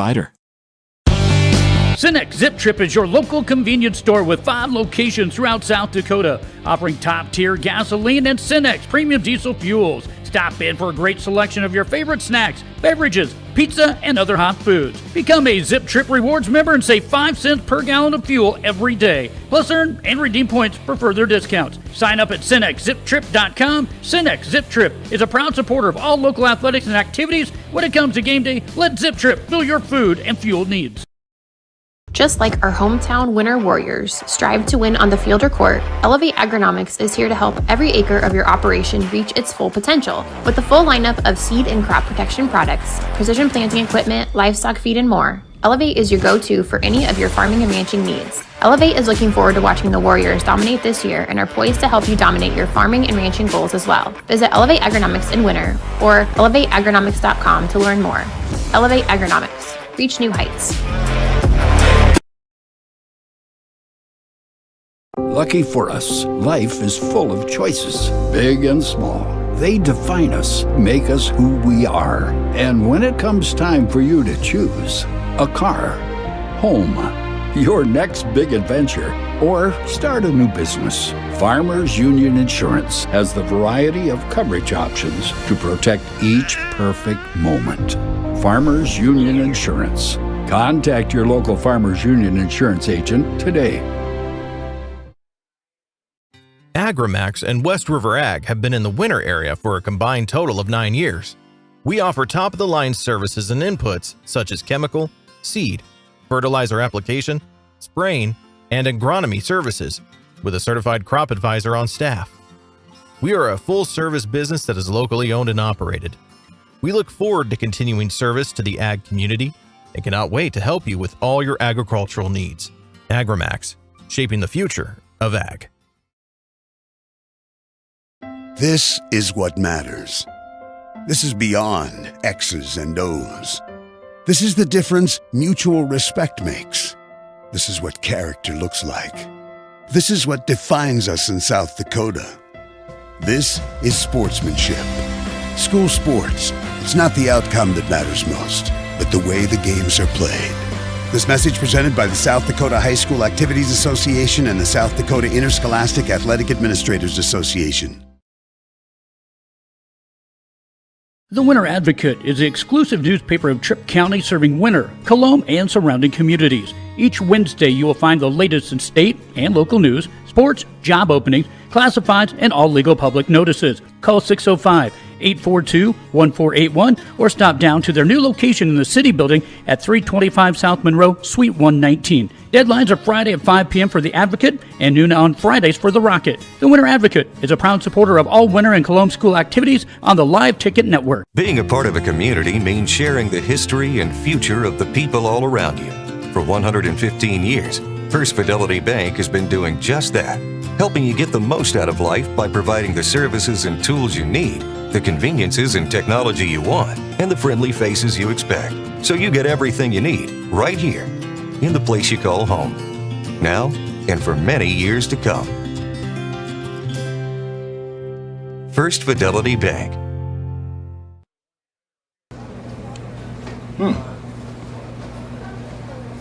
Yeah. Another one. Yep. Man, this town's changed. Yeah. About damn time.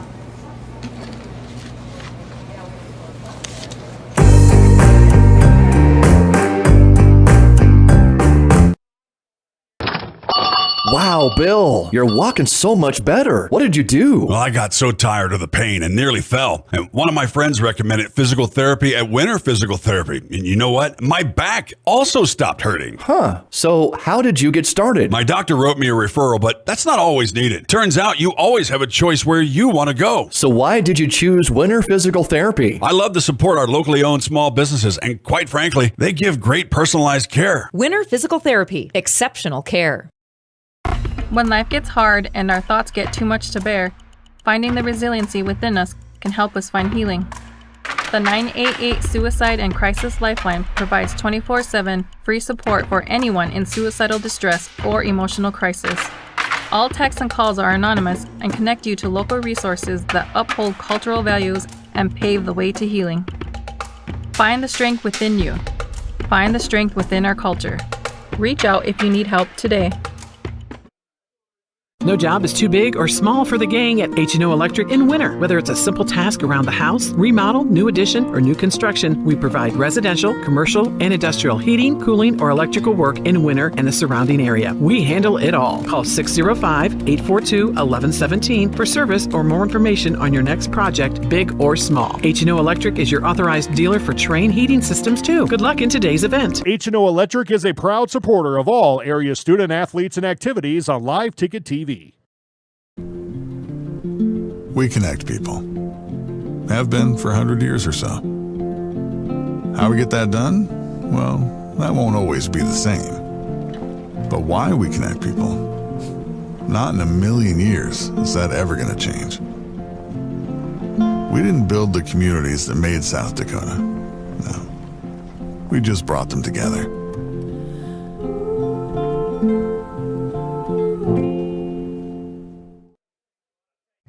Hi, this is Logan from Litas Seed, and we're excited to announce that we'll be able to offer true 0% financing on a limited number of units of corn and beans. You can lock in your corn and beans now and pay the same at delivery as cash now. With that, we have aggressively priced corn numbers that have a great track record in our area for grain and silage. This offers on a limited number of units, so act soon to lock in your 0%. We still have triticale on hand and can cover any NRCS grass project. Call Logan at 605-840-4591, 840-4591. Unbelievable amount of devastation. I've never seen anything like it. We had a beautiful barn that was gone in 20 minutes. Farm Bureau stepped up right away and said, hey, we got you and we'll be there for you. We were taken care of. Now we could get on to repairing and rebuilding. I tell everybody about Farm Bureau. We're fortunate to say we have good coverage with good people doing it. Contact Farm Bureau agent Rocky Newenhouse in Corsica, Platte, Mitchell, and Huron at 605-946-5606. At American Family Insurance, we help protect what you've achieved so you can fearlessly go after your dreams. For auto, home, business, and life, contact us today. American Family Insurance. Insure carefully, dream fearlessly. American Family Insurance, Life Mutual, Standard of Ohio and Wisconsin Company, 6000 American Parkway, Madison, Wisconsin, 53783.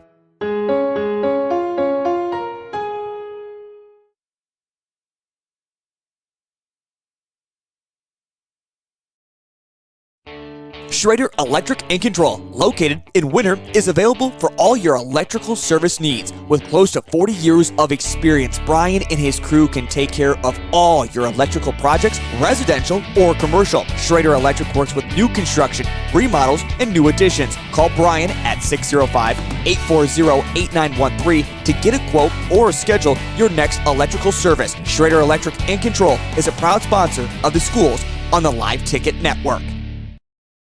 Out here, you learn that to keep growing, you have to keep changing. CHS and the farmers and ranchers we serve know all about change, because together we've changed agriculture. That's why we're the largest farmer-owned cooperative in the country. So farmers own the system they count on, with advantages at every step. From innovative tools that help crops grow, to grain processing expertise, to energy solutions, we create connections to empower agriculture. Learn more at chsinc.com.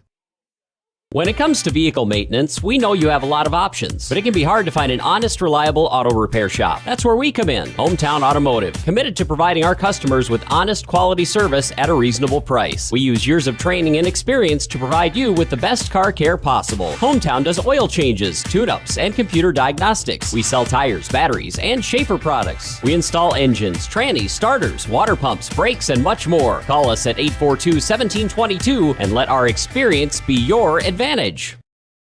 Computers and More, located at 27786 311th Avenue, is obviously your computer sales and repair in winter. The More is so much other than you can imagine. We are your local outlet for Winter Warriors sports apparel. We do screen printing and embroidery for your purple and gold attire. Stop in and check out all our gear on hand for you to wear at the next game. Call us at 842-9057 and see how we can design your company logo on all types of clothing. And remember, thanks for keeping it local. The innocence of youth. Is there anything any better? But soon they'll be in high school and facing all the same challenges you faced. How to make friends, how to fit in, how to be cool. We want our children to have everything they'll need to live fulfilling and productive lives. Make sure the kids in your family are among the more than 57,000 participants here in South Dakota who take part in high school sports or activities.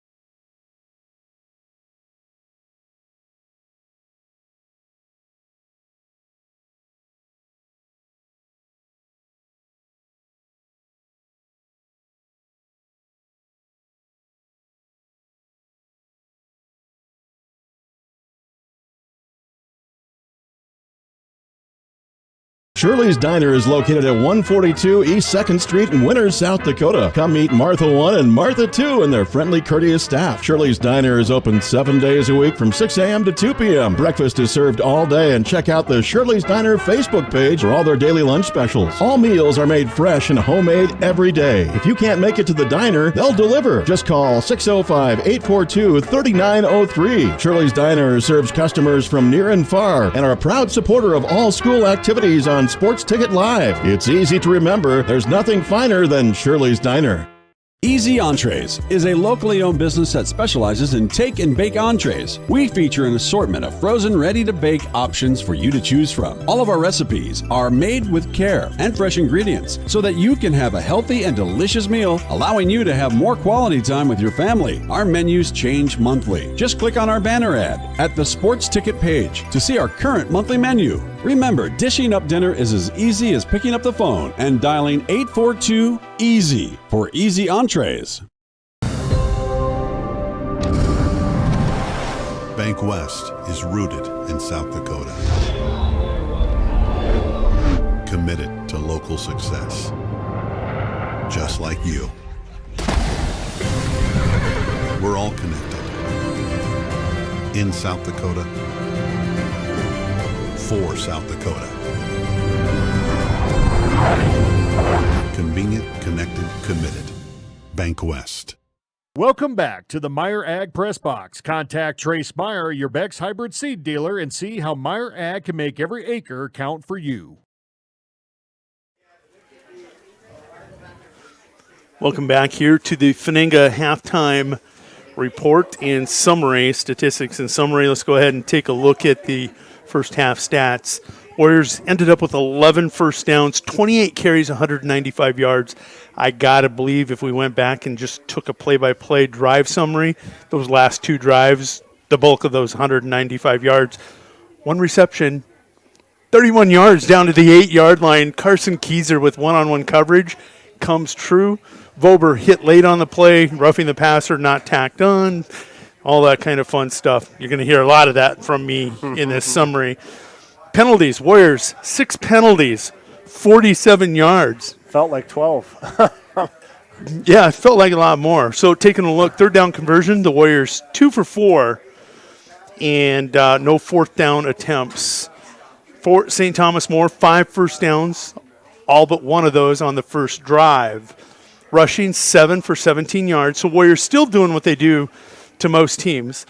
Receptions, well, Noah has been very good tonight. 8 of 16, 8 completions, 81 yards, no touchdowns, and that interception to Olsen. And then the Warriors go down and score points off turnovers for the first score of the game. Points off turnovers. That one really shifted the momentum. Zach almost did have his hands on a second one. It got away from him. Didn't matter. They punted. We give up 10 yards. We went 90 yards. We said 90-yard drives. We had 2 of them, right? No. Not the interception, no. Yeah. So, anyhow, penalties. 4 penalties, 53 yards on St. Thomas More. Want that other one on the sideline when 15 more. Where you're 5 yards out of bounds and a sub on the bench takes a shot at you. That is absolutely uncalled for. Fourth down conversions, 1 for 2. Individual leaders in this game. We're going to take a look. Carson Keyser, may seem pedestrian, but compared to his other nights, but really a good night. 12 carries, 67 yards, 5.5 per carry. Doesn't have a touchdown. Olsen, 2 carries.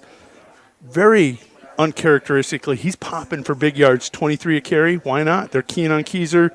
They're keen on the fullbacks. Pop the reverse. Olsen, 2 carries, 46 yards, a touchdown. Gus Bartles having a really good night. He really softened that defense up when they were taking away Olsen and Keyser and Vober early on the ends. He had 7 carries, 37 yards. More importantly, I will point out that second touchdown of Olsen's, it was a Bartles block, and I've been talking about Gus Bartles blocking from the backfield all night. Sean Hammerback in that hippo lineup coming out of the backfield, that's when they got going that first drive also. Brevin Bolander doing what Brevin does, 6 yards a carry, 7 yards a carry, 2 carries, 12 yards. Get the man the ball, give those other guys a spell, and let's go do this. Oral, 1 carry, 8 yards. Vober, one of 2, 34 yards. I think in the 2-point conversion, one was for 31 yards. The other one is the 2-point conversion. Yep. Keyser, 1 catch, 31 yards. Defensively, right now, Carson Keyser leading the way out there on the wing. They're throwing at him all night long. 3.5 tackles. Gus Bartles, 3 tackles from the linebacker position. And then Reich and Oral right in the middle with 2 for the Cavaliers. Rushing the ball, we'll forget about it. I mean, Kane McLeod, 2 carries, 9 yards. Josh Elder, 2 carries, 4 yards. Juvie, 1 carry, 3 yards. Noah Wald, 2 for 1. Wald is 8 of 16. He does look good when he throws the ball. Receiving, he spread it around. The main receiver has been Broden Sales, 4 for 19. Max Speed, 2 for 18 on a crossing route out of the tight end. Kane McLeod hit that rip down the sideline, 1 for 28 yards. That's all we got here for halftime. We're about ready to go. Sorry, my stat guy saying, no, we got to go. So we are back. Warriors are going to receive the ball. They have a 16-0 lead. They had a lot of momentum there at the end of the second half. They almost wished, I'm guessing, there was no break. Let's just keep playing the way things are going. But I give it to this coaching staff. They've made great adjustments at halftime all year long. I don't expect anything to change. They probably identified some things that could be better, and they'll go out and they're going to put another 2 touchdowns on the board. They try a little bit more of like a squib-style kick, going to be fielded at the 24-yard line. And still going on a nice return out to the 38-yard line, and a penalty flag flies late. The white hat throws it after the play was over.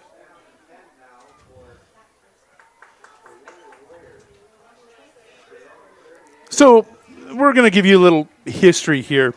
The official that is calling this game here tonight, he also did the 1981 semifinal here in Winter, South Dakota. That was 43 years ago he was calling games, and here he is tonight back in Winter calling the game. Yeah. Warriors in that semifinal, I believe that year before they went to the Dome. That was the year they went to the Dome. Was it Mobridge in the semifinals? I wasn't even alive yet, Jody. You've got to be kidding me. I don't know my Warrior history. My gosh. I was born in 85. I know Jack Sharkey's out there. Not that I shouldn't know my Warrior history, but Jack I Sharkey, can't help you out on that. Jack Sharkey, text me. Let me know who did the Warriors beat in the semifinals when this head official called that semifinal before you guys went on to beat the Tanagers. So another penalty call on the Warriors, this time on special teams on the nice return. And a good run that time by Bartles out to the 20-yard line. Penalty has him started at the 11. And it's a gain of 4 out to the 20-yard line, 2nd and 6 for the Warriors after the run from Gus. This officiating crew out of the Pierre area. A lot of names that we're very familiar with coming down here tonight. I'm guessing they want to be in Yankton watching that Governors and Yankton game. Yankton destroyed them earlier in the season. Looking to do it again and keep Pierre from going 8 straight. Keyser in motion, gets the toss, and he's going to find a bit of an edge over there on the left side. He's got enough for a first down out to the 27-yard line, and he'll move the sticks. So maybe not. Chain guys were ready to move. Near side official says, hold on. Now we get the word, and it is enough for a first down to the 27-yard line of the Warriors. Yeah, now you're starting to see would-be tacklers when Keyser comes. They're not quite lowering the shoulders. They're actually taking the punch now. They're not. They know he's going to bring it. They're not initiating. He is. They come up out of the pile. Heads are down on the ground. Carson Keyser proving he is a great high school 11B back. And Keyser to the 32-yard line, maybe 33.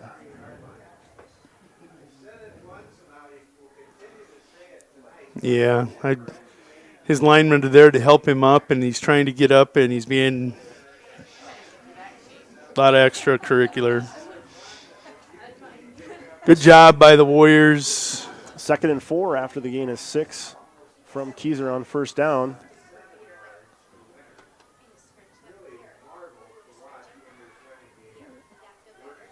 And a counter inside. We saw that work in the first half. It worked again that time, all the way down to the 45-yard line.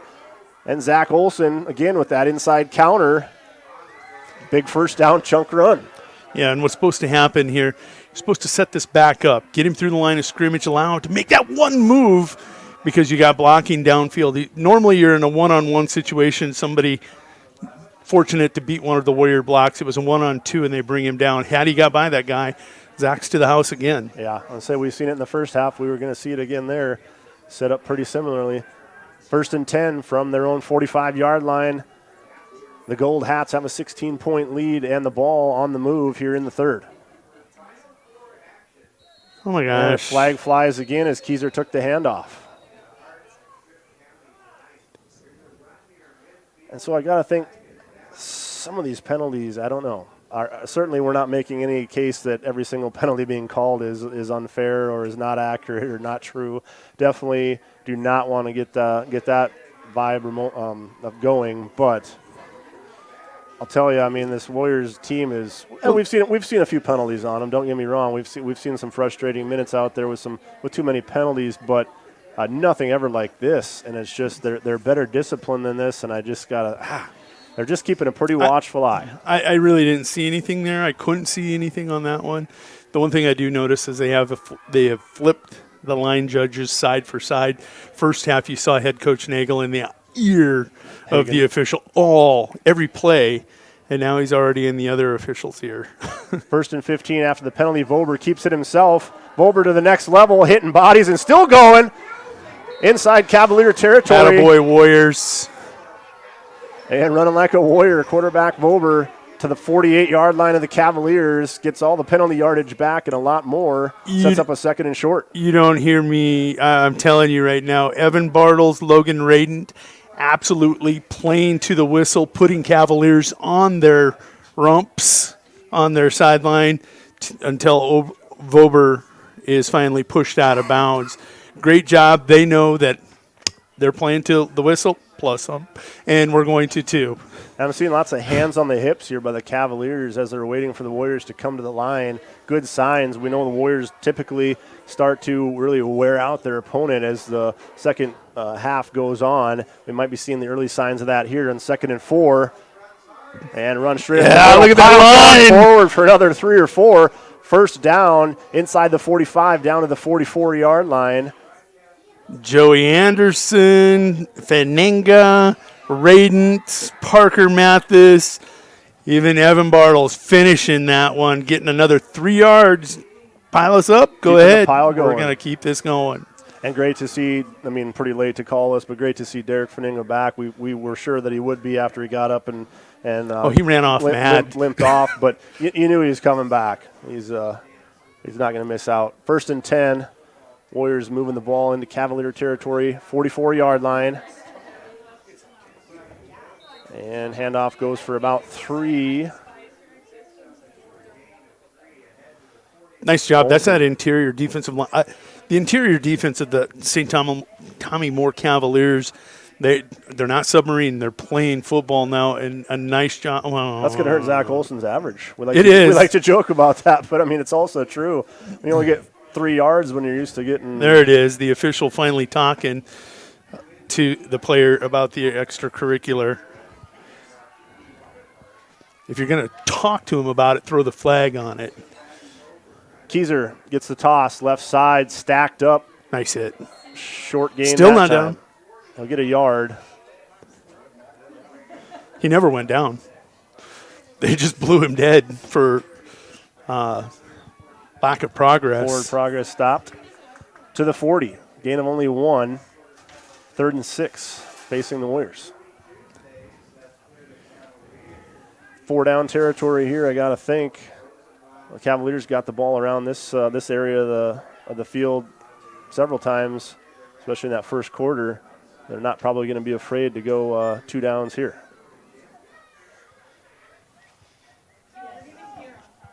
Or is this where we see the pass? Here's your 3rd down situation. And we're about 40 yards out. We're going to get a timeout called by the Warriors. They came out in a pass formation for sure, but we're going to get a timeout called. We'll talk about this in a little bit. We're going to step away 1 minute. We'll be back for more 11B semifinal action. Shop local with Burke, Gregory, and Winter Building Centers, your hometown hardware stores specializing in everything from finding the right drill bit to building your dream home. The crews at the building centers take pride in customer service and are always available to help with any project, big or small. They offer top-of-the-line flooring and cabinetry, a large inventory of rental items, quality Pittsburgh paint, and so much more. Follow them on Facebook or shop online anytime at buildingcentersd.com. You won this year's chili cook-off. Our girls played in the softball finals last spring. You're not just another policyholder to us. We remember your name. Hi, Cheryl. He remembered my name. Because it's your name. That's simple human sense. Ask Miller and Associates in Platte, South Dakota, if auto owners make sense for you. Jeff, Mary, Dan, Sarah. Welcome back to the Meyer Ag Press Box. Contact Trace Meyer, your Beck's hybrid seed dealer, and see how Meyer Ag can make every acre count for you.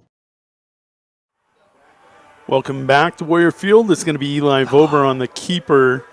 Oh, my gosh. That's a tough spot. Tough spot. He was closer to, it looked like, the 35-yard line. They're going to spot him at the 37. Yeah, and that arm tackle able to bring down. Tough spot. Vober. His elbow went down, ball down, that was hip down. Broden Sales on the stop for the Cavaliers. Warriors facing a 4th and 3 from the 37-yard line. Big play coming up here on this 4th down for both teams. Warriors, play action. Vober. That pass was tipped. Going to be caught by Blair. First down for the Warriors. Not by a lot, but it was just enough.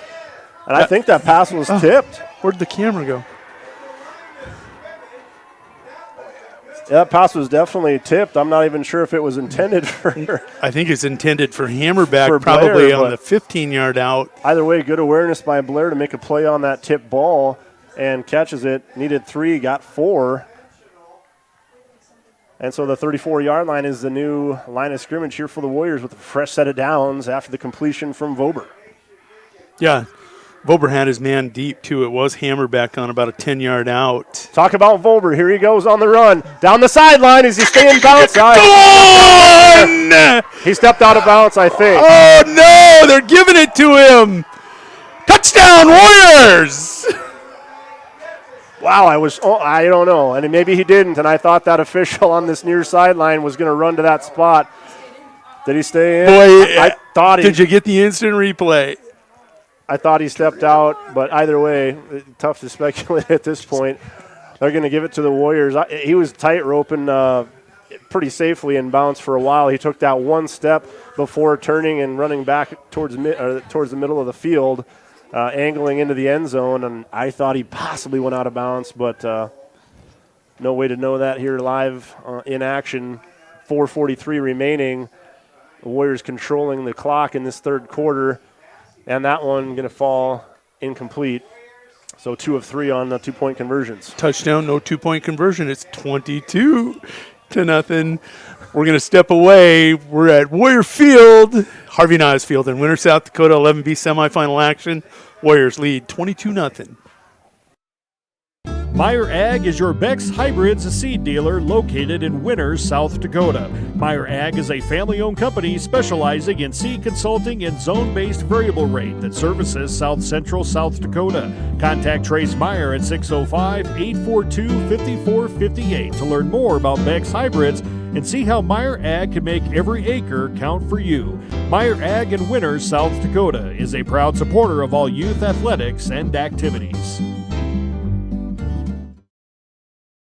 Fort Randall Federal Credit Union is here for you across Southeast and Central South Dakota. As a member of your credit union, you can take advantage of many ways to manage your money. They offer many different accounts to help suit your needs with your savings. Nobody likes wasting money on high interest rates, and neither do they. At Fort Randall FCU, they have all types of loans available to help you manage your finances. With locations in Wagner and Platte, Fort Randall FCU is ready for any needs you may have. Welcome back to the Meyer Ag Press Box. Contact Trace Meyer, your Beck's Hybrid Seed dealer, and see how Meyer Ag can make every acre count for you. From the Meyer Ag broadcast booth in Bob Conant Press Box, high above Harvey Niles Field, there's a low kick going to be fielded at the 19-yard line by McLeod. A dangerous returner. Oh, what a tackle. Out to the 32-yard line and cleaned up. Did you see who cleaned up? Oh, wait. Are we going to – wait a minute. Okay. Carson Keyser absolutely finished that tackle. I got to see this. Take a look. Carson Keyser with a head of steam wasn't trying to tackle at the chest. He was trying to tackle 3 yards beyond him. We do have a flag laying at the 28-yard line on the return. This one's going to go against the Cavaliers. So both squads getting a penalty on the returns here, the kickoff returns in this third quarter. And the nice return by Kane McLeod, the junior, for Coach Hagan's Cavaliers, is going to be negated on the penalty. And they'll be back deep in their worst starting field position of the game, trailing by 22 with 4:34 remaining in the third. And, Jody, the Warriors did what they like to do. They controlled clock and got the score. Which score? Before the end of the half or the one after the half? Yeah, right. I mean, exactly. They executed right. a perfect. Go back to the first half, yep. I'm not being, I mean, no, you're right. I'm not being funny. That's a great point. This is Coach Olson's dream every game. Yes. Finish out the first half. Finish out the first half of the come score, out get the second, ball, score again. That's a huge swing, and they were already feeling it after that. Then they come out and do that. So now the Warriors on defense. We're back to that 5-receiver set, empty backfield for the freshman quarterback. Has time. Now he's going to step up. Gets out of one tackle, and he's taken down for a short loss, but nice job that time by Noah Wall just to survive what could have been a worse sack. Going to turn into a loss of only a couple, and it'll be 2nd and 12. Ball on the 16-yard line. So we're in the NASCAR package, and all three of defensive end, Kellen Brozick, defensive tackle, Evan Bartles, and Sean Hammerbeck clearly coming around the corner. He chases them into the front two. They miss. Guess who's there? Second wave, Gus Bartles and O'Reilly Oral there to clean up. 5 receiver set once again. This time going to step up. He's got room to run this time. And Blair trying to get off his block. He'll dive and miss, and he'll get the first down and step out of bounds at the 30-yard line. Nice job by Wald, getting everything that he can out of it. Picks up the first down, gets out of bounds. Now, this is the one thing about the NASCAR package. That time the linebackers are getting into their 5-7-yard drops. You only rush 3 guys. If there's a lane there, there's going to be running room, so he will take it as he recognizes the linebackers in seen them deeper do that drop. against Mount Vernon Plankerton last week. Anytime that happened, he was stepping through it, and he was getting on going. Look for the defensive staff now to put one of the linebackers as a spy on him if he gets by the NASCAR ends. Man in motion's McLeod. He'll take the pass, and he'll get tackled at the 30-yard line. It'll be no gain. He is down. And Sean Hammerback. No, that's Kellen Brozek. Kellen Brozek out there. Left side. I was watching. I made the mistake of listening to the St. Thomas More announcer next to me, and as soon as my eyes caught who it was, I could tell it was number 86. So not McLeod 88. goes to the sideline, little gimpy. Kellen comes to the sideline, little gimpy. Wicked tackle there. Wicked finish to that play. Wicked. 2nd and 10 on no gain. 3 to the left, 2 to the right. Empty backfield, Walled, straight drop. Pass going to be broken up, incomplete. That was Blair in Blair on coverage. time, Yeah, I thought he was excellent coverage there. Saw the break from the wide receiver. On the inside, he's got Osborne in coverage also. The break comes actually across behind him and reaches with those long arms. Exactly. So I was going to say, observation is I saw Noah turn and throw, Noah Wald, to be specific, turn and throw to his left. He's only thrown 3 passes to the left. Most of them go to the right side. 3-step drop goes at Keyser, goes at Olson. 3 passes here to the left side. Let's see if that trend continues. Cavaliers saw success with this in the first quarter.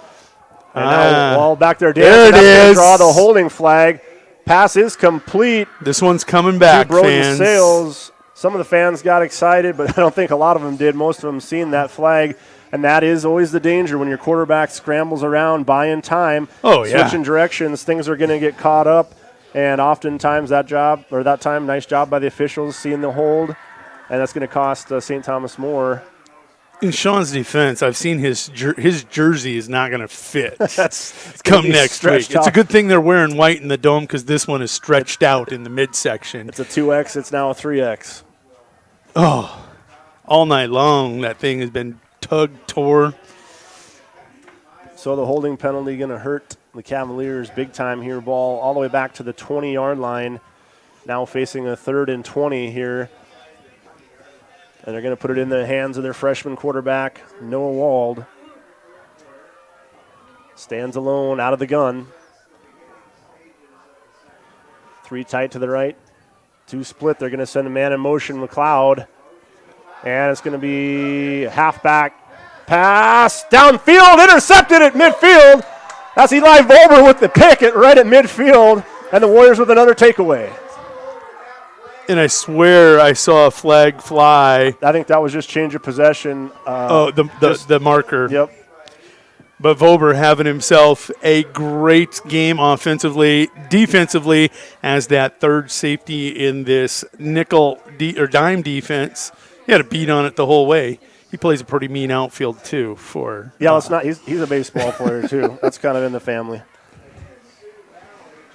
So 1st and 10 from their own 49-yard line, set up nicely here. Best starting field position of the night for the Warriors. Gets the reward off the takeaway. 2:18 remaining here in your 3rd. Winner up by 22, looking for more. It's straight up the middle with some fullback action across midfield into Cavalier territory at the 47-yard line. And gain of 4. Oral takes that handoff, and he puts the head down. He's looking. He sees. But he knows he's going to get hit. He don't care. He's hitting it at 120 mile an hour behind Parker Mathis and those 2 guards. See you at the hitching post. Here I come.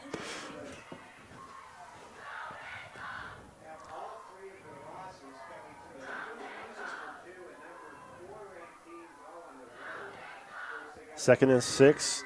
They send Keyser in motion. Vober follows in behind. He's hit once, knocked backwards, going to stay on his feet. Doesn't going to get a lot more after that. Gets about a yard and a half after that, but still love the absolute physicality and effort. This is coming from your quarterback, ladies and gentlemen. Not your fullback, not one of your big bad bruisers. This is your quarterback, and he's taking shots, staying on his feet, and keeping things going, given that senior And that wasn't effort. just any shot. That was Gabe Reeve, the defensive tackle, the 6'2", 240-pounder. Boom, pops him. All he does is stumble back, keeps the feet going, and then spins. Very good athletic double wing quarterback. Different type of quarterback, but proven he is great back there. Ball at the 44-yard line. 3rd and 4 for the Warriors. Keyser in motion. They go straight up the middle. It's Oro, first down and more. Still on his feet, lunging forward inside the 35, down to the 34-yard line. First down, Oro and the Warriors. And you know what set up that run, right, Gerald? 3 plays earlier, he took a dive with his head down, hitting it 120 mile an hour, and they all hit him. This time, they weren't quite so quick to step into that hole because they saw how he's going to run that ball as a fullback. And again, it's Harvey is smiling. It's sometime also getting caught with that motion. When you see Keyser going in motion, he's caught so many tosses going to that left side. Sometimes it's hard to not get caught a little bit off balance, thinking he might be getting it. And this one, the pile moves towards the 25-yard line, out close to the first down.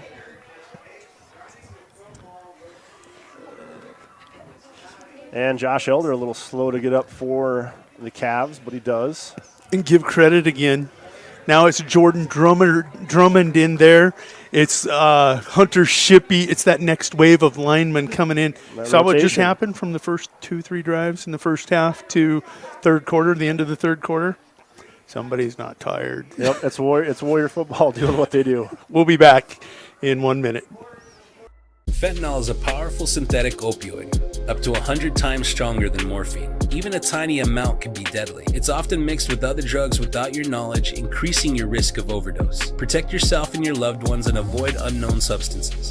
Stay informed, stay safe, and remember, one pill can kill. For more information on fentanyl prevention, visit your local health resource or speak to a healthcare professional today. This message was brought to you by the Great Plains Tribal Opioid Response, so that the people may live. Welcome back to the Meyer Ag Press Box. Contact Trace Meyer, your Beck's hybrid seed dealer, and see how Meyer Ag can make every acre count for you. Quickly, Jody, before we get back into football here, just want to give a really big, quick shout-out here. Congratulations to the Lady Warrior volleyball team headed to the Sodak 16 as the 9 seed. They'll be taking on the number 8 seed, Mobridge Pollock, in Fort Pierre on Tuesday the 12th. Just want to give a big shout-out. They had a big win in 3 straight over the Lady Falcons of Todd County last night here at the Winter Armory. Back in action here on... Oh, nice tackle.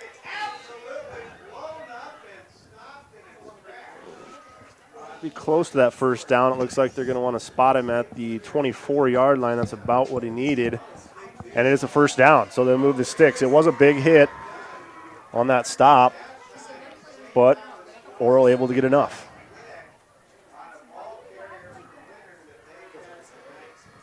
The ball on the 24-yard line of the Cavaliers. Warriors 1st and 10.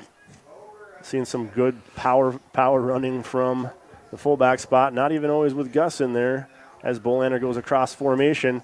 Bober's going to keep it himself. And look at that pile just keep moving forward, moving west towards the end zone. Pile's going to move down to the 20-yard line, gain of 4 on first down. And that step by Vober as the defender comes upfield, he absolutely gone quick. And then his lineman didn't take that exaggerated step out. He just really quick. Quick feet. So 2nd and 6, ball on the 20. Vober and the offense on a drive again, looking to try to put this thing away and go up by 4 scores.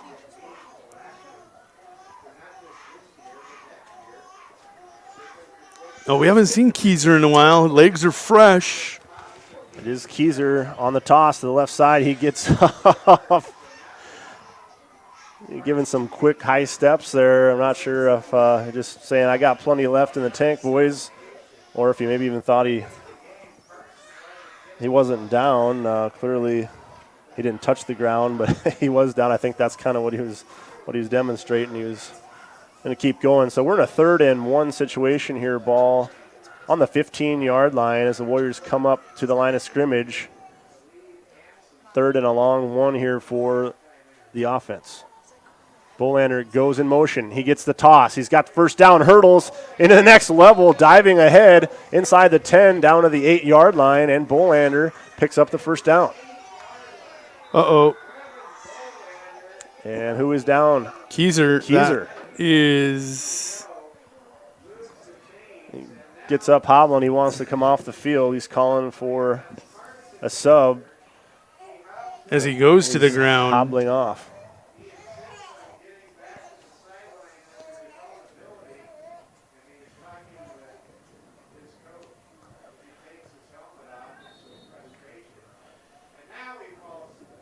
Kelly Hofer, sports trainer, athletic trainer for Winter School District. The Warriors attending to him on the sideline. So Keyser currently on the sideline, laying down, getting looked at. Bolander is in. Here's Vober, tucks behind, and he's tackled at the ankles as he stretches out to the 5-yard line. And it's a 2nd and goal from the 5. And that tackle happens from behind. It's Gabe Reeve, the big D tackle who submarines. Not normally a good thing. You don't want to be making tackles from behind. But again, tackles are tackles, and holds them to a gain of just a couple. So they will spot him at the 6. Judging by that near side official, I thought it was the 5, but they will mark it at the 6. So 2nd and goal from the 6-yard line as Vober tucks under center. Man in motion is Olsen, but they're going to give it. The senior into the end zone. Touchdown. Gus Bartles from the fullback spot. You know how you reward a fullback for all the blocking he's done all night long? You give him a 2nd and end goal from the 6. That was 100% a Harvey Nas reward right there for all the effort that you'd put in for everybody else prior. You're checking out the Agromax instant replay. Great job by our production team. 8:47 remaining in the ball game here. The Warriors looking to punch their ticket to Vermilion in the Dakota Dome. Trying to get out of this semifinal matchup with the number 11 seeded St. Thomas More Cavaliers. And Olsen's got some work to do as he's going backwards. Oh. And he'll get tackled. Clean, good tackle, but really. That was Graydon Juvie. Yeah, Graydon Juvie made that look very uncomfortable there at the end.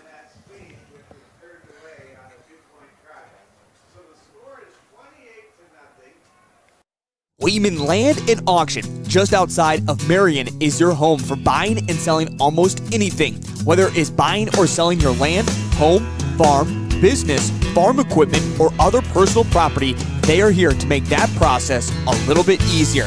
There's no job too big or too small. Ready to purchase or ready to sell? Find it all at WeemanAuction.com. And be sure to check out regular auctions happening every week with Weeman Auction. Winter Dental, located at 911 Golden Prairie Drive, is proud to provide Winter and the surrounding area with high-quality, high-tech, patient-centered dentistry. Dr. Brad and the entire staff, including hygienists Michaela Smith and Sierra Hansen, are honored to have the opportunity to serve the good people of Winter and the surrounding area with gentle, compassionate, and high-quality dental services. For information on all the services they can provide you or to make an appointment, please call 605-842-1793. or go to winterdentalclinic.com. Welcome back to the Meyer Ag Press Box. Contact Trace Meyer, your Beck's hybrid seed dealer, and see how Meyer Ag can make every acre count for you. Welcome back to Harvey Nas Field here in Winter, South Dakota. We are in the Meyer Ag production booth in Bob Conant Press Box. Warriors with a 28-0 lead. So that kick going to be taken at the 26-yard line. Fair catch called for by one of the up men. Interesting, we didn't get a chance to talk about it, but so Jackson Day, starting kicker for the Warriors, who did a nice job for much of the season until his injury at Chamberlain on the final regular season game. Gives the job back to Keyser, number 6, who we saw injured, who's just now getting up to his feet, but grabbing his helmet and running it out. That looks pretty promising on the sideline, but not able to be out there for the kickoff. I think that was Aiden Schroeder on the kickoff. I wasn't even honestly paying attention, was it? Okay, so that was 17, Aiden Schroeder, the senior, the punter, filling in on the third kicker for the Warriors here this season, having to come out for a kickoff. Did a nice job. That one, in and out of the hands, and maybe you heard footsteps. A little frustration, don't blame him. That one was definitely set up nicely. Broden Sales with the drop. Sometimes it's not the footsteps. Sometimes you're trying to make so much happen. Well, that he was already to turn downfield and, yes, and look for more. And he had a little room to work with there. 2nd and 10. So, again, Keyser back up on his feet. It was high-stepping. We'd love to see that, and he's back out on the field. We really love to see that. So here's Wald going to roll to his right. Throws on the run. That one intercepted at the 35-yard line. Catching it on his back. Tipped it to himself. Aiden Schroeder. And Aiden Schroeder coming up with a big interception. The exclamation point on tonight's game. With 8:31 remaining, the Warriors take over in really good field position in Cavalier territory at the 34-yard line.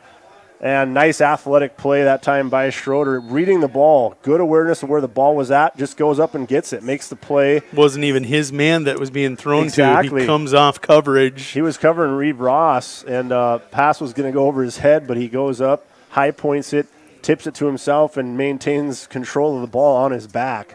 What a nice interception. On offense, quickly, here's Bolander getting the toss. He's going to get 5 yards and 10. And first down yardage on first down by the run on Bolander inside the 25 down to the 23. How many yards downfield was he? Because you got Parker Mathis down there at the end of the play blocking. Joey Anderson down there at the end of the play blocking. You got Bolanders and more, feed me. And now Curtis in there also, Mason Curtis. Uh-oh. And I missed who laid down quickly. We got a injured player, an injured Cavalier player that's going to stop play, and then a Warrior that lays down on his back getting stretched out, it looks like. We'll let that happen. We're going to keep it here. We're going to just take a peek across the way. I think that's Burke Eschmeyer for the Cavaliers, number 11, one of the juniors. As they're getting ready for the second half, number 2, Sioux Valley, ranked number 2, number 1 seed, taking on number 3, ranked number 4 seed, Elk Point Jefferson.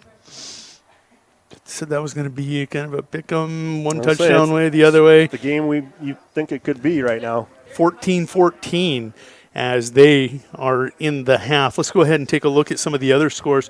First of all, it's championship night in all nations.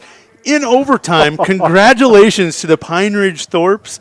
They beat Winnebago, who's been to the finals every year but one. They beat them in double overtime, 42-40 right now, Lower Burrell and White River. Getting teed up to go Pine Ridge Thorps, your Class A. A double overtime winner. I heard a lot of penalties in that one. We want to talk about them in this one. I heard this is not good. I didn't want to interrupt your flow there, but we do have the stretcher being wheeled out. We're going to take a break. We're going to step away. We'll be back after they take care of this young man. Rob Curtis Landscaping and Design has been a family-owned business since 1988. Rob and his family specialize in every aspect of your outdoor landscaping for home and business. With service in over 20 South Central South Dakota towns, Rob Curtis can help you make one of the best investments of your life. Talk to the pros about a new landscape for your home or business today. Rob Curtis Landscaping, where quality is predictable. That's Rob Curtis Landscaping and Design.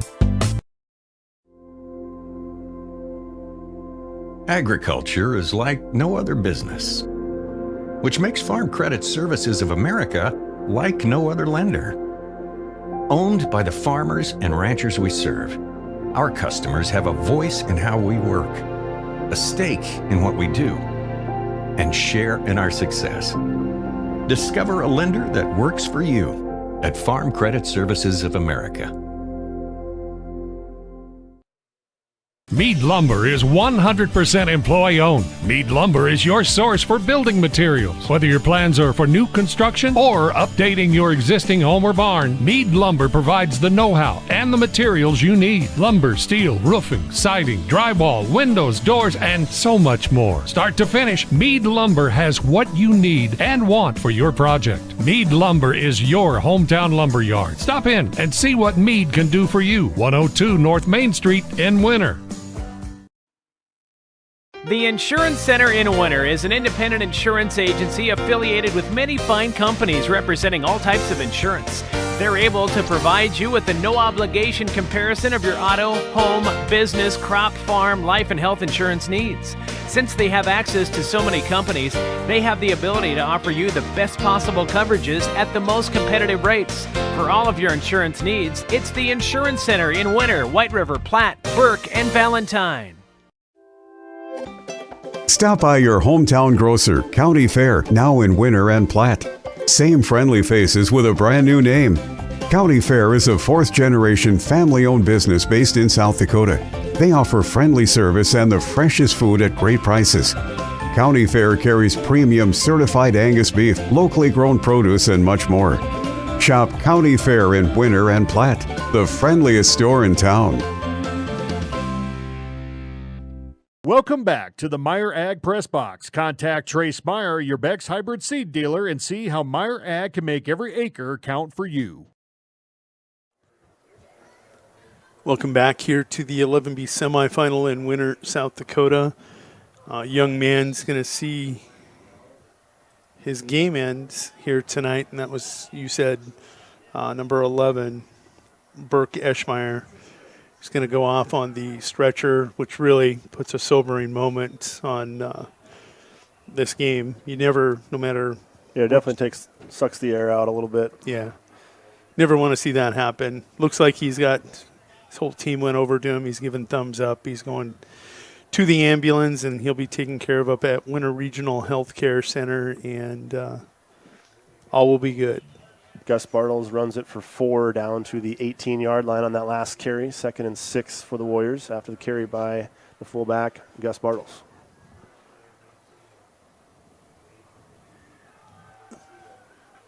And again, Gus Bartles, not going to be easy to take down. I don't care fourth quarter or not. He is running like a senior and a Warrior and a fullback, and a good display of all three of those on that one. Goes for a first down inside the 10 down to the 8-yard line. And at this point, you really got to start to take a look. Mason Curtis in there at left guard. They're running behind him. Parker Mathis and Jordan Drummond right up the middle. That second wave of offensive linemen that are going to be counted on next year against this very same team probably if they see each other doing the job. Bolander goes in motion, but they give it to the fullback Bartles again. Not a lot there. A yard or so down to the 7-yard line. And 2nd and goal from the 7 as Bartles will now come off. And worth mentioning, Jody, also, not that we've seen him out there on the field, but suited up, helmet on, ready to go. Quincy Phillips, junior quarterback, turned, for sure into that backup role as he lost contention for that starter for sure upon injury. Was kind of sharing time really early on with Vober. Broken leg and his first game back. Good to see that. And that's Bolander there on the carry, going to get it down to the 4-yard line. Warriors will have is that 3rd and goal? 3rd and goal. And the Warriors are just fine with that here as we're approaching midway through this 4th and final quarter. Winner up by 4 touchdowns, 28-0. Time rolling. Winner looking to punch another one in here on a statement win on their home field against this very tough number 11 seeded St. Thomas More Cavalier team. Oh, fumble, and Vober just goes down on it. And so 4th and goal coming up. Hunter Shippey going to come in and line. attempt the field goal. Kidding. You're Your look was like, well, yeah, precious. Because I'm like, okay, clearly you know something that I don't, which does not shock me. A lot of times you hear things that I thought, just the normal. If that happens, I mean, I would jump out the window in excitement if he got to kick an attempt a field goal. I wonder if they'd hear me call timeout right now. I could get down to Coach Olson because I want to see you jump through this window. 4th and goal, back to the 6, loss of a couple after the fumble. Bober able to recover it. And Osborne goes in motion, but the pass is complete. And he jumps around the would-be tackler. That was Kellen Brozick. That's Kellen Brozick getting the reward that he's long been looking for much of this season, not being targeted a lot. He's going to get a touchdown catch, and he makes he just makes a little move at about the half-yard line and goes untouched. But Bober has a nice job of getting that ball up as he had Max Speed and Broden Sales in his face jumping. He had to get that ball over them. Finds Brozick. Brozick finishes it from about half-yard out. Brevin Bolander going to put the exclamation point on this turnover.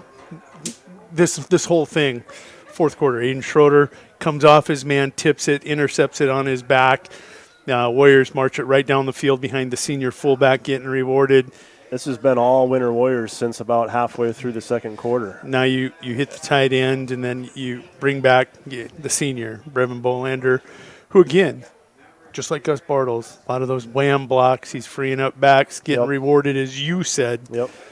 We're going to step away. Warriors leading this 11B semifinal 36-0. We'll be back in 2 minutes.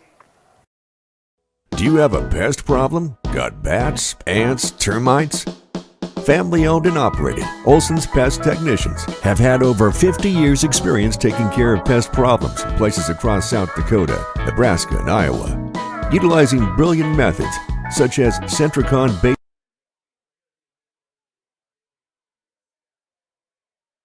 Welcome back to the Meyer Ag Press Box. Contact Trace Meyer, your Beck's hybrid seed dealer, and see how Meyer Ag can make every acre count for you. Keyser back in the game, of course, so he'll resume his kickoff duties here.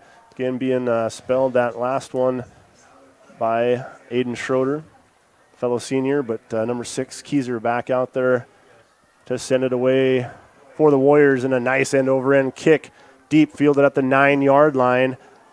And a good open field tackle by Bolander, the special teams guy. That's kind of where he earned his reputation. Earned his stripes and his reputation, yeah.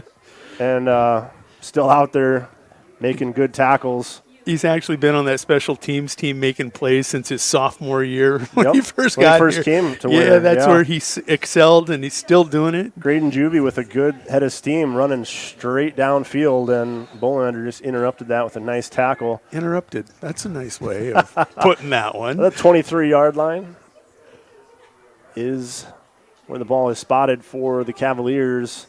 1st and 10. And they're just looking for some pride points at this point, down 36-0. Pass complete out there to Max Speed. Seth Heath out there on the flats making, he's been quiet tonight because they've went away from him. I mean, he's normally in there mixing it up with the big guy, slithering in for tackles and coverage. He's been all over the place. But this is the first completion that they've had against him where he had to make the tackle. So doing his job. Gain of 7 out to the 30-yard line. 2nd and 3. And, of course, we're in that running clock situation now with the score. So, regardless, I think he did get out of bounds. But, man, just a throwaway on that one from Noah Wald as he was backpedaling under heavy pressure. It's a little mixture of both. The sideline acknowledging the quarterback pressure and also saying, hey, that's grounding, but he did get it back to the line of scrimmage and out of bounds. I think you might have said that. Well, yeah, and I mean, he was out of the pocket, too. There's just definitely nothing there for grounding. But so it'll stay 3rd and 3 from the 30-yard line after the incompletion. Wall quickly over to his left, complete, but I saw him and then I didn't. He went down quick at the 31, maybe 32-yard line. Going to be stopped short. If Troy Feasterman was And in here. There's a flag over there I can see. We haven't had one of those in a while, so I'll say it looked like early indications was pointed against Winter.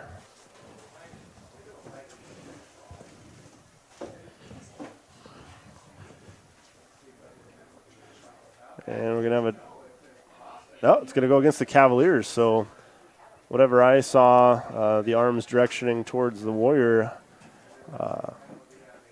way did not mean anything. That was not any indication at all. So it does go against the Cavaliers.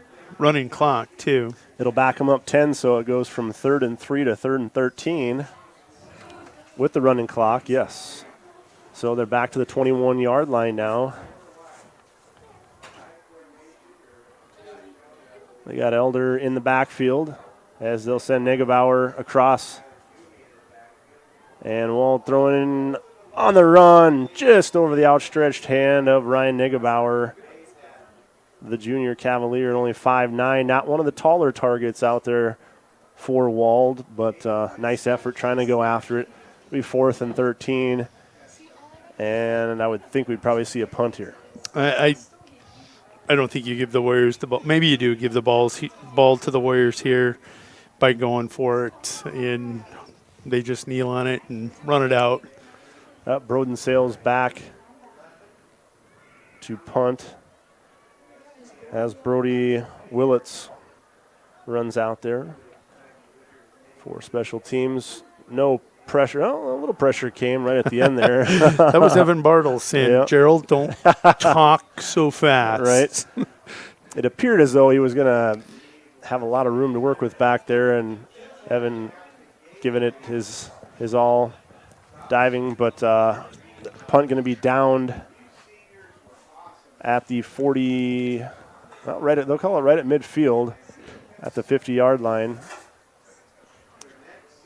And so now we're going to get players like Andrew Henderson out there for the Warriors, Mason Beeler, Aiden Schroeder, Connor Osborne, who was already out there prior, but I don't think we got to call his name. I don't think he got a touch yet. And Kellen thought he was going to go out there, and nope. It's Evan Bartles that needs to be out there. So a bunch of different personnel going out there. William Jorgensen on the end. Broden Duffy out there going to center this. And the victory formation for the Warriors. Aiden Schroeder, senior quarterback, gets to take a knee as we're going to run more out there. Adam Miller running out there for the Warriors. He's another one of the seniors for Coach Olson. Going to get time here in this last minute. We're just under a minute here to go. Ball on the 49-yard line. 2nd and 11.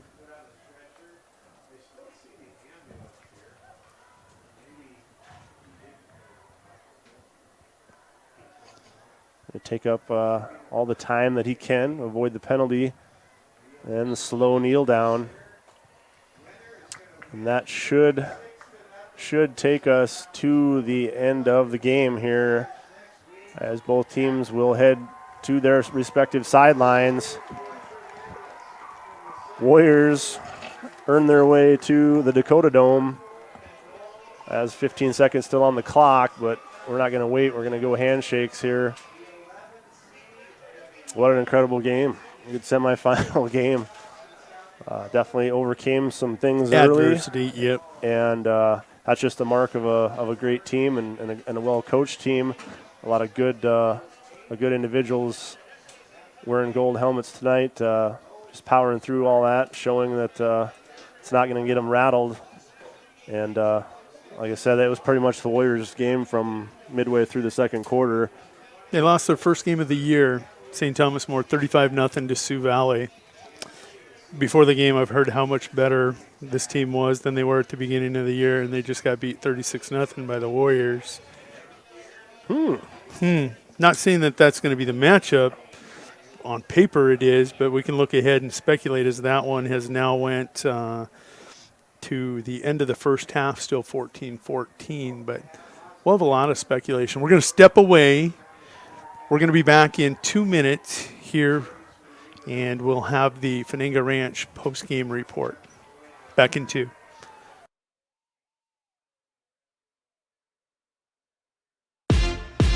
Explore the 2023 Lincoln Navigator at Capital City Ford in Lincoln. Every time you approach your Lincoln, you'll receive a re-carpet welcome. Twin turbocharged 3.5 V6 engine with auto start stop technology, you'll travel confidently with technology that meets all your needs. Now you can get the 2023 Navigator for 5.9% at 72 months. Stop in to see the full vehicle lineup at Capital City Ford in Lincoln. Capital City Ford in Pierce, South Dakota. The right nutrition, animal health, and record management is key to having a profitable cattle program. That's why you want to work with the people at Farmco, who will take the time to learn your operation and help you grow your business. We are your full-service agriculture provider of feed, seed, animal health, farm, and ranching equipment built on terrific service. Get to know Farmco locally owned and serving you in Chamberlain, Platte, Winter, and east of Kimball at the Paragon. Visit us online at farmcosd.com. Farmco, feeding your future. Eklund Tax Service, located at 323 Main Street in Gregory, South Dakota, is available for all your tax preparations. Mark Eklund has been a staple in the Gregory community for many years and wants to help you and your business have success by specializing in all types of bookkeeping. Eklund Tax can take care of any agricultural, retail, or personal bookkeeping or tax preparation. Call Mark at Eklund Tax today at 605-835-9665.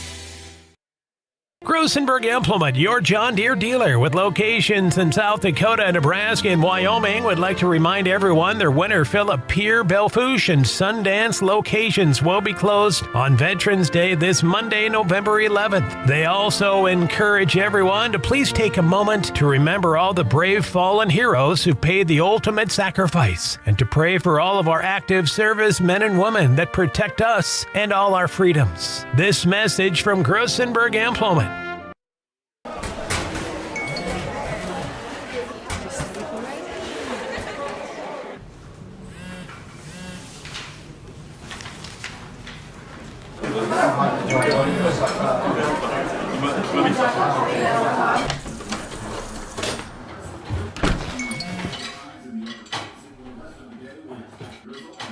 When the world feels big, a small note can mean everything. Find mental health support at sdbehavioralhealth.gov. Welcome back to the Meyer Ag Press Box. Contact Trace Meyer, your Beck's hybrid seed dealer, and see how Meyer Ag can make every acre count for you. Welcome back here to the 11B semifinal. Let's get to the Fninga Ranch post-game statistics and summary. Been quite a ride, and you take a look, the Warriors with 22 first downs, 11 in the first half, 11 in the second half, 56 carries, 352 yards for the Warriors. These are unofficial. The official ones we'll get to probably on Monday, but this is what we got for tonight. 3 receptions, 41 yards for the Warriors. Eli Vober was 3 of 5 passing, 1 touchdown. Warriors were penalized 7 times for 52 yards. Man, it felt like a lot more than that. It did. It really did. They converted 4 of 9 first downs. That's 44% for the Warriors. 2 of 2 on fourth downs, 100%. They did get 1 sack officially. Taking a look at St. Thomas More, the Cavaliers, they had 5 first downs in the first half. They only got 1 in the second half. 1 first down as that Warrior defense really clinched or buttoned down. St. Thomas More, 8 carries, 35 yards, 10 pass completions by Noah Wald for 88 yards. He was 10 of 24 completed. A kid completing 70% of his passes this year. I heard a lot about we haven't seen a passing team like this coming in, and he completes 40% against this Warrior defense. They give up 35 yards on the ground, 88 yards through the air, 123 yards. And this team came in scoring how many points a game?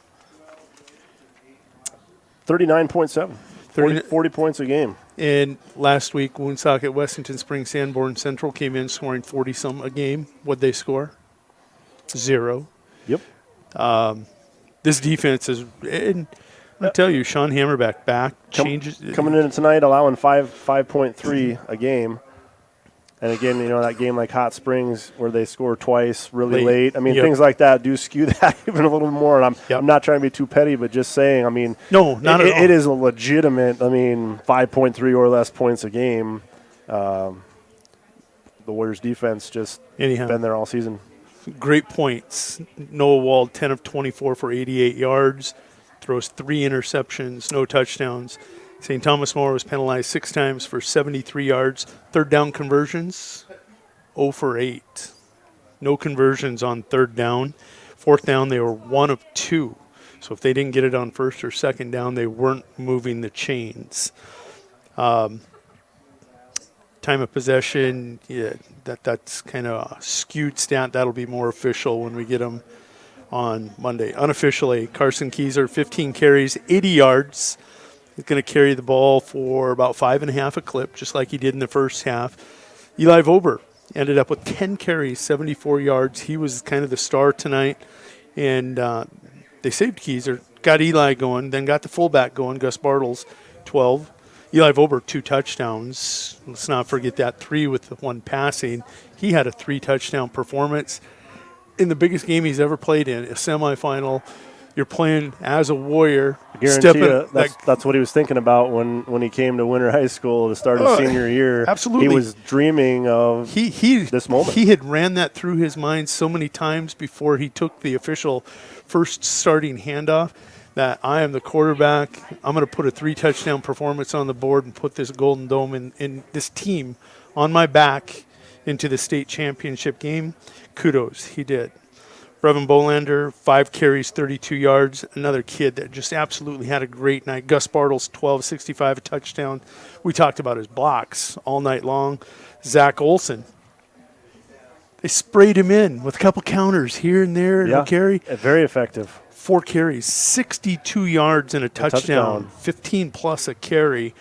Riken Orrell set the tone, put that head down, and started softening up the belly of the Cavaliers. 5 carries, 32 yards. Passing, again, Eli was officially 3 for 4 for 44 yards and 1 touchdown, but I don't know if there was a better pass play than that 31-yarder to Carson Keyser against one-on-one coverage to get us into the end zone for the first time. He kind of bookended it. That first pass, that long one, got the Warriors into the end zone finally, and then he finishes the game with that one to Kellen Brozick for the touchdown. Receiving, Carson Keyser, 1 for 31. Kellen Brozick, 1 for 6. This one going to be forgotten, but Austin Blair, 1 catch for 4 yards, and it was a tip pass behind the line of scrimmage first down. On a 4th down. And he adjusted, made the catch, converted that, and then they go in and score again, not letting off, keeping that foot on the pedal. Defensively for the Warriors, Carson Keyser did lead the way, 3.5 tackles. Gus Bartles with 3. Not a lot of tackles because not a lot of completions in the second half, and they didn't carry the ball. The rock in the second half. So Carson leads the way. Gus Bartles with his 3. Seth Heath with 1.5. We didn't hear a lot of him because he wasn't allowing completions out by him. Right. The sack goes to Seth Heath officially, so he had 1.5 tackles plus a sack, 2.5 tackles on the night. Zach Olson with the 1 interception. Aiden Schroeder coming off his man, tipping the ball, catching it on his rope, an interception. Played the ball well. He's another baseball player. Yeah, we're talking baseball tonight. It's kind of ironic against a Rapid City team. But we talked about the 2 touchdown rushings, the 1 throwing. Eli Vober playing center field in that dime defense, comes up with his own interception. At midfield, Yep, at midfield. And then he said he actually took it in and helped the Warriors finish that drive. Kudos. I mean, we could give game balls all the way around. I think you got to give it to this. I'm going to give it to the senior class tonight because things were ugly for about 12 and 8 minutes, 20 minutes. You said 21 minutes into the game, and this thing felt awkward. And then all of a sudden, boom, boom, popped in for 2 touchdowns right before half, scoring with 17 seconds left. Come out. I'd love to have known what was said in the locker room. I don't know that the coaches probably said much in the locker room, maybe a little, but then you give it to the seniors to say, all right, get these guys to finish at the finish line. What a game. Those are my post-game thoughts. Gerald, yours. It always amazes me, the coaching staff for the Cavaliers, literally about a coach per every 3 players. They have 32 on the roster and 10 coaches, of course, with their assistants. I'm including all of them. So, I mean, you know what? These kids obviously spend a lot of time getting coached, getting worked with. Again, a very young team. Let's not forget that. Let's not take away that we all know and understand oftentimes what can happen to younger teams, especially in big situations, big games against top-tier opponents. Oftentimes it will be noticed, it will be seen that you just lack that, as we mentioned, the seniors. For the Warriors, we give tons of credit to. You've seen it most of the game. It was senior after senior. And so they have 3 of them. So they don't have that. They're not fortunate to have that this year. It's coming with the younger class. They're definitely up and coming. And they gave the Warriors, quite a bit of fight and struggle through most of that first half. The Warriors headed back to it, but, really the story for me is, penalties for both teams. Let's not forget, a penalty took 6 points off the board for the Cavaliers, correct? Yeah, it did. So, they did find the touchdown once, or the end zone once. First drive. And it came back on a penalty. So, we were complaining a little bit. We weren't happy with some of the calls, the missed calls on the Warriors. And they definitely suffered because of that as well. But let's not forget that. And that kind of maybe set a little bit of a tone for the Cavaliers. They never got back into the end zone or had an attempt to again after that. And the turnovers, we mentioned them, 3 of them. Points off turnovers, but just taking those possessions away either way is all winners' scheme. Control the clock, control the possessions, and score points as much as you can. And it was just really another classic recipe of winter Warrior football, and another big win. Just sticking to exactly what they want to do. Well, the opponent to be determined. One of them just opened the second half with a touchdown drive right out of the half. Now Sioux Valley leading Elk Point Jefferson 21-14, or Elk Point Jefferson. Mm-hmm. Yeah, that's a team that winner beat 18-8, but it felt like we should have beat them about 26-8, 32-8. They're a much better team than when we played them earlier. I'm sure of that also.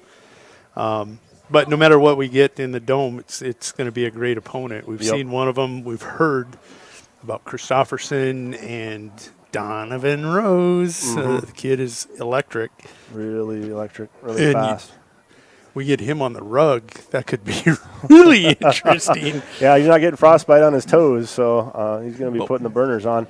One thing interesting, though, is he's got to do it against this defense. That's correct, and that's what we always have to come full circle to, is any other team can say what they want all season long against every other opponent, but you never know what you're going to face in your next opponent. And I guarantee you, once again, they have not seen the likes of the Winter Warriors, and they haven't. And so what a great matchup either of those teams are going to offer to the Winter Warriors. But congratulations to these guys, the Warriors, their staff, their fans, their family, everybody. We're going to enjoy it tonight for sure. Looking forward to that trip to Vermilion once again. Been a couple years, and we missed it. So it's good to be going back. 13 straight against the Cavaliers. That's another good feeling.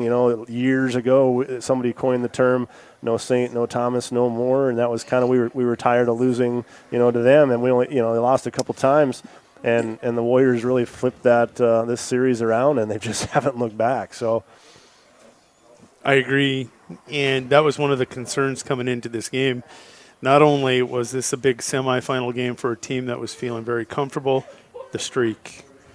These kids, and I'm calling them kids because there's only 3 seniors on the team, they came in first half, almost the entire first half, showed why they are probably them. And we've talked about it in small circles. EPJ and St. Thomas More, probably the number 1 and ranked 2 teams next year coming out of in the preseason, just because of the slug of young talent coming. But they were good tonight, and you had that intangible. They were not in awe of the Warriors. They came up, they drove the Warriors down the field, and played tough defense for 21 minutes. And then I don't know who's got the offensive line.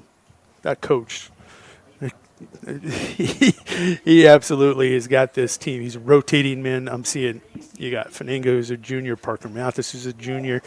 You saw Mason Curtis, who's a sophomore out there playing guard at the end of the game. So that offensive line, they're already making preparations for next year here in winter also. Oh, yeah. And you're going to have a pretty good quarterback in Quincy Phillips. And as a senior. We can talk about this right now because you won't get to talk football with us until this next year. This is our last game, not the Warriors' last game. This is our last game of being able to do this for you. But, man, what a fun season. It's always fun. There's always a lot of pride that we carry with being able to do this type of thing for everyone that watches and listens to us week in and week out, and not just in football, but in all sports and all winter high school activities, certainly. But, the football boys make it fun for us, that's for sure.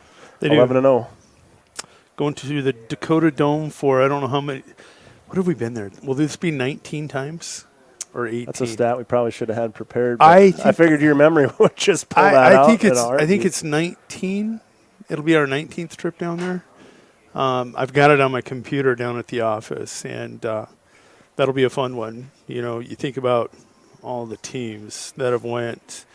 Think about all the teams that should have went before the playoffs even started. You know, what a fun these kids have notched the belt, the Warrior belt of football history, with the chemistry of this team. Just to watch these kids roll around in the community with each other, they're a special group. Different kind of talent, different kind of mindset, but a special group. Kickoff next Friday at 2:30 in the Dakota Dome. The opponent to be determined. It was 21-14 Sioux Valley over Elk Point with 3 minutes to go in the third period. We're going to go ahead and sign off for the night. Langston Dutz and Bailey Brown on camera. Big Daddy Levi Heenan on production. No? Okay. We lost our PTZs tonight. Gerald Tibrick on the play-by-play, doing a great job keeping this thing together up here. Senior leadership. Crazy. I'm sorry. I did say Bailey, didn't I? I've been, yeah. And then tonight on stats, you had Betsy Watzel and Troy Feasterman. It's been a pleasure to bring you these all year long. We sign off from the 11B semifinal for 2024. We'll be back 2025. Hopefully as defending state champions. Hopefully. Good night, everyone.